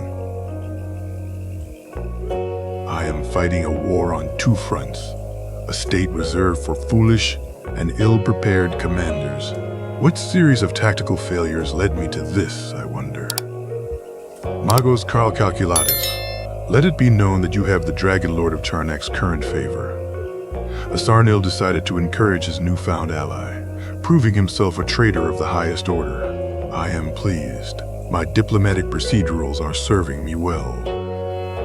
The barest hint of humor finally leaked into the almost synthetic voice of the Fabricator General's son and Guilliman's current emissary to Griffon. Such an individual in this role proved that the tech priests were taking the alliance quite seriously. Only a shame that he was now outnumbered in the field. I am glad to hear that Petra is doing well in her studies. I had been worried that her blunt mannerisms would cause offense. Guilliman shifted the course of the conversation in a very obvious manner, causing Asarnil to smile bemusedly at him. On the contrary, she speaks in an efficient and concise manner. Carl replied, letting one of his mechadendrites gently dip into the glass of his own wine, likely analyzing the chemical makeup before risking a drink.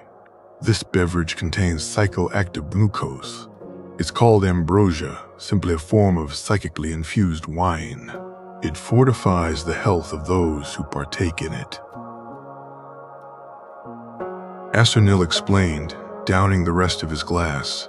Fortunately, it's not urbanite wines, Those contain poisons that require active biomantic breakdown to enjoy as intended, which would probably be unpleasant for most to indulge in. Carl risked a small taste, swirling the drink around his mouth for a moment, likely running it through another chemical analyzer, before finally swallowing. Acceptable. He finally spoke, high praise from a tech priest. Asarnil was about to reply, before a call from the front of the bridge sounded out.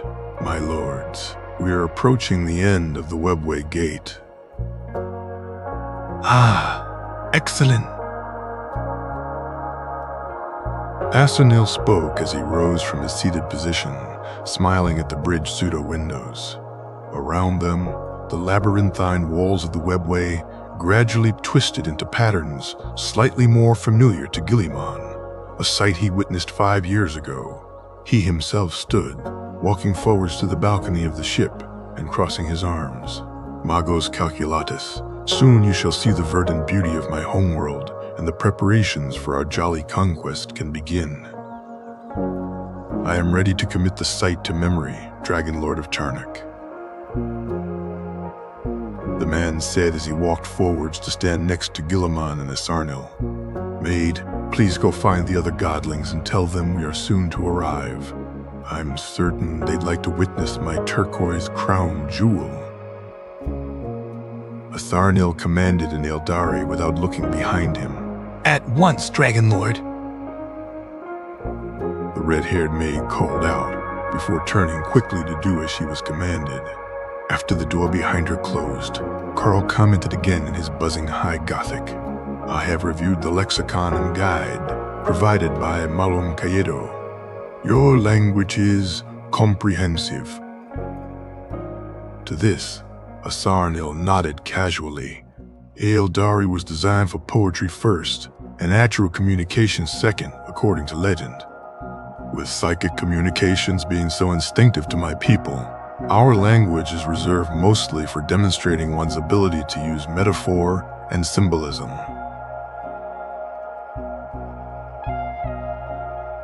Intriguing. Yes. With psychic development a default amongst your kind, the need for verbal communication would be a secondary development. Language evolving, ever-increasing complexity at the cost of usability would not be a hindrance in such conditions. Carl mused aloud. It shall take time to master. Perhaps the development of a simplified variant should be considered? Guilliman added to the conversation. The need to communicate with those that don't have the same time to learn will be a limiting factor in expansion and education. My kin will not appreciate that. Many among the Eldari are quite proud of how inaccessible the language is to outsiders.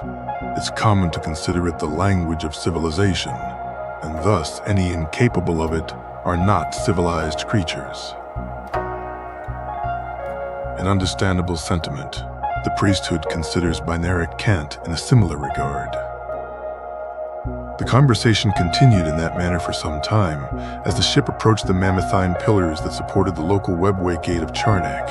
Immense structures large enough for anything short of an imperial battleship to move through unhindered, likely sung into existence long before any living memory could recall. Soon enough, his sisters had arrived onto the bridge with curiosity in their eyes, and along with them several dozen Eldar from around the ship, officers and directors of certain facilities, all eager to finally return home, even if only briefly. Soon, the webway gates in front of their ship swirled to life, and Charnock's pride sailed through, ready to look upon its home once again. Guilliman felt his body tense at what they saw after exiting the portal. Asarnil went silent, and his ears shot up in alert. Carl went completely still. The girls gasped. More Eldar ships than Guilliman had ever seen in one place before in his life. Possibly more Eldar ships than Guilliman has ever seen before at all. Tens of thousands of them surrounding Charnock as if a swarm of white insects. Most of them were small, as he was used to seeing. Battleships, cruisers, escorts, filling the void around Charnak as far as he could see, extending outwards like a perfectly coordinated parade march. And one ship in particular, directly over Charnak and closest to it, smaller than a craft world, which were the scale of small planets, but larger than any other Eldar ship Guilliman had ever seen, stretched out like an immense wyvern, bristling with guns he could see from here, and swarming in smaller attack craft. 70,000 vessels larger than fighter craft, 1.7% margin of error.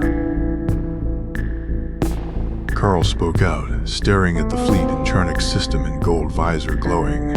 "You did not inform us that you had a fleet of such scale, Malum Kaido." I did not expect this. Guilliman replied, mind racing through the possibilities.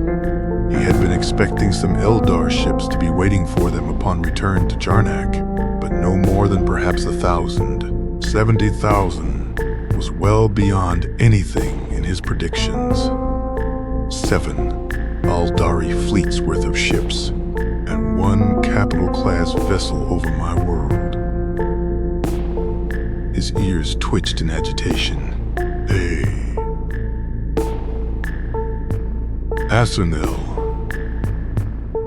Guilliman spoke, suddenly becoming aware of something. "Yes, son of man." His voice was tense.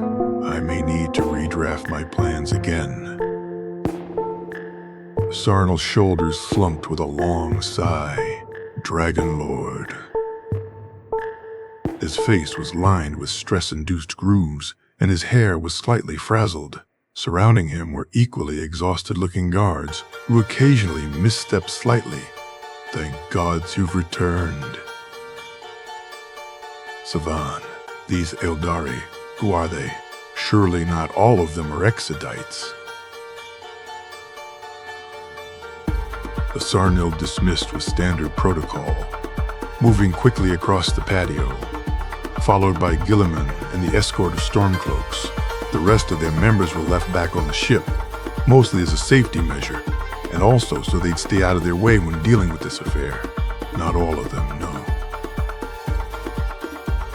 But all of them arrived, declaring the desire for a formal moot on Charnak.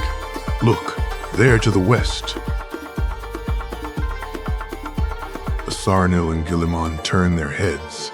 To what Guilliman remembered was once a mountain, there was a mountain-sized structure there instead. An immense castle of wraithbone that gleamed handsomely upon a foundation of bald mountain rock. When they started arriving en masse, more and more rooms had to be built until we simply couldn't keep up. I ended up having to simply commission a keep constructed to house them all, using every bone singer and architect they brought with them as a labor force. Then they kept arriving. The Eldar let out brief murmurs of surprise and apprehension. The past 5 years of their voyage had 2 primary objectives: retrieve a number of his siblings and alert every Exodite world they came across to the current status of Isha, and their plans to found an empire to build the army to rescue her. Sub-objectives such as checking his information about the state of the galaxy and spreading the message of the oncoming emperor and distributing his tomes on effective governance were also performed. But they were not critical to what they saw waiting for them, suspended over and around Charnak. Savan sounded on verge of collapse and hysterics. This isn't an urban world. It's not designed to house millions of Eldar guests. Why didn't you make them stay on the ships? The Sarnil threw up his hands in bafflement. You know how the rights of guesthood operate. Savan shot back, jabbing a finger into the Dragon Lord's chest. The world spirit will only shield them if they're guests on our soil. Do you want a demonic invasion? Aye. He turned around again and asked, "They brought food as guest gift. Please tell me this. Most, not all." Guilliman put a hand on Asarnil's shoulder. Asarnil froze before taking a deep breath and forcibly calming himself again. Pushing the hand off his shoulder, Asarnil spoke with the cold tone Guilliman was used to from the Eldar. "Thank you, Robut, Savan. Let us go see these guests." That isn't all. Savan spoke, voice harsh with overuse, a man forced to do too much for too long. Asarnil turned his head slowly and looked at Savan. What else, World Singer? The capital ship. It brought someone with higher authority than we. Asarnil paused, brows furrowing as he puzzled that. Guilliman was confused as well, baffled by who could be considered higher than a sovereign on his own world. Who? The Dragon Lord asked. I apologize for the overabundance of guests upon your world, Dragon Lord of Charnak. A powerful voice called out from the doorway that led into the world tree's depths. I took measures to relieve your planet with my personal supplies, but even they were not fully sufficient. Savan turned with a head bowed low. Asarnil turned with brows narrowed and face cold. Guilliman turned with careful optimism given the words. An eldar standing 9 feet in height was approaching them with measured steps. Plates of bone mail covered by a tabard of green and blue. Upon this tabard was the symbol of a golden tree, upon which 5 white stars hung. His build was powerful, his shoulders broad, his jaw strong, his features fair. His hair was black, hanging down to his waist, bangs held back by a thin silver crown of intertwined antlers that 3 soul stones were mounted upon. Swirling green eyes met the 3 of them and nodded in consideration. Allow me to introduce myself in the proper manner, as a guest upon your world. The massive eldar spoke, inclining his head towards Asarnil, who stood as tall and still as a statue. I am Malekith Malorn, 4,458th of my name, commander of the capital-class ship, Seraphon. I would ask for the rights and responsibilities as a guest of Charnak, should you permit it. Asarnil was silent for a long time before muttering out something at last. The Lord Commander of the Exodus Fleet. Malekith smiled gently and nodded. My legend precedes me, I'm afraid. Yes, you shall have the rights and responsibilities of a guest, Malekith Malorn. Asarnil couldn't drag his eyes away from the newcomer, who in turn turned towards Guilliman and regarded him with a curious eye. Bane of despair, last son of a doomed cycle, conquering godling. I have given myself no such titles, Guilliman responded. Malekith smiled and replied, and yet they are all true. I am pleased to meet you at last. I believe there is much to discuss before, during, and after the moot. Malekith demonstrated little shame in the declaration. I will have to spill much ink rewriting all my plans. I expected far fewer ships than this. We have much work before us regardless. Ink spilled is blood saved. This is true. Guilliman found himself optimistic of this newcomer. Asarnil and Savan stared at the 2 of them with blank faces and wide eyes.